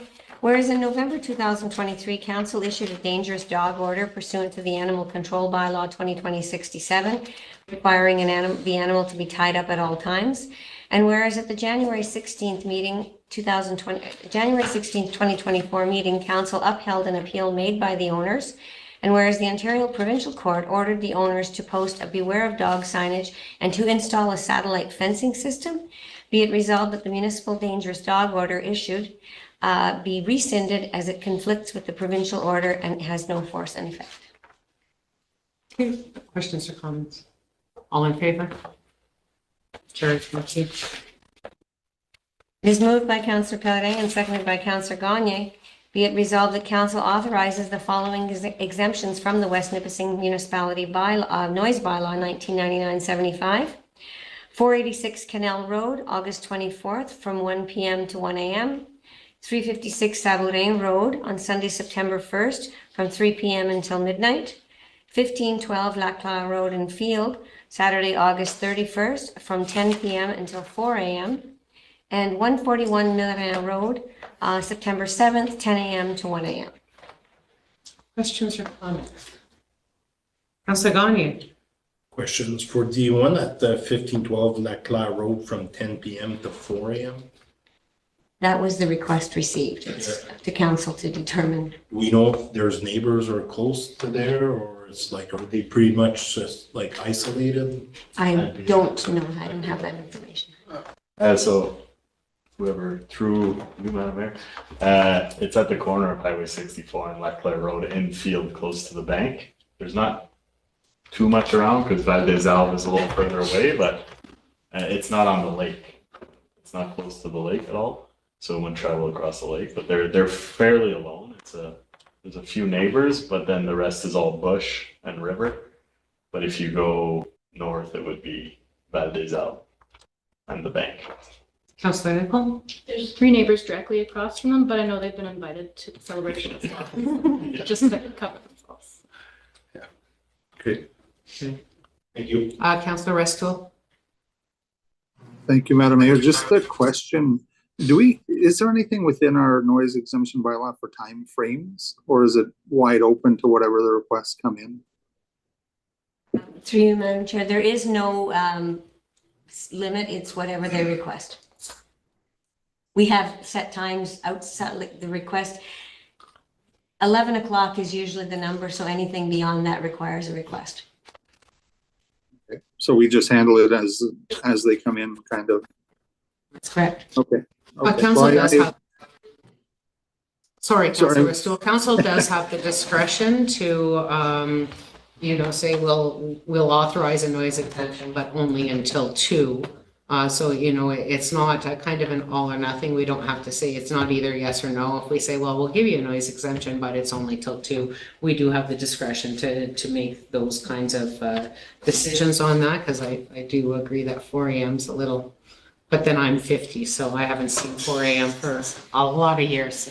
So yeah, I thought the same thing as well. Just to finish, I thought the same as well. I thought 4 a.m. seems pretty late at night or early in the morning, however you look at it. And in my years, I hadn't seen that late of a request come across our desks. So just curious about that. If our friends around the table know these individuals and know that their immediate neighbors are invited and are part of that, and they're generally okay with it, I guess it's okay. It just seemed like a really interesting number to come across in the request. thank you, Councillor Rivard. Thank you, through. I wouldn't mind going just to 2 a.m., asking them to, settle down a bit at 2 a.m. Go inside from 2 to 4, maybe. Okay. So if you would like to, what would need to happen is you have to propose an amendment. Okay. I would like to propose an amendment to change it from 10 p.m. to 2 a.m. Okay, and I need a seconder for that.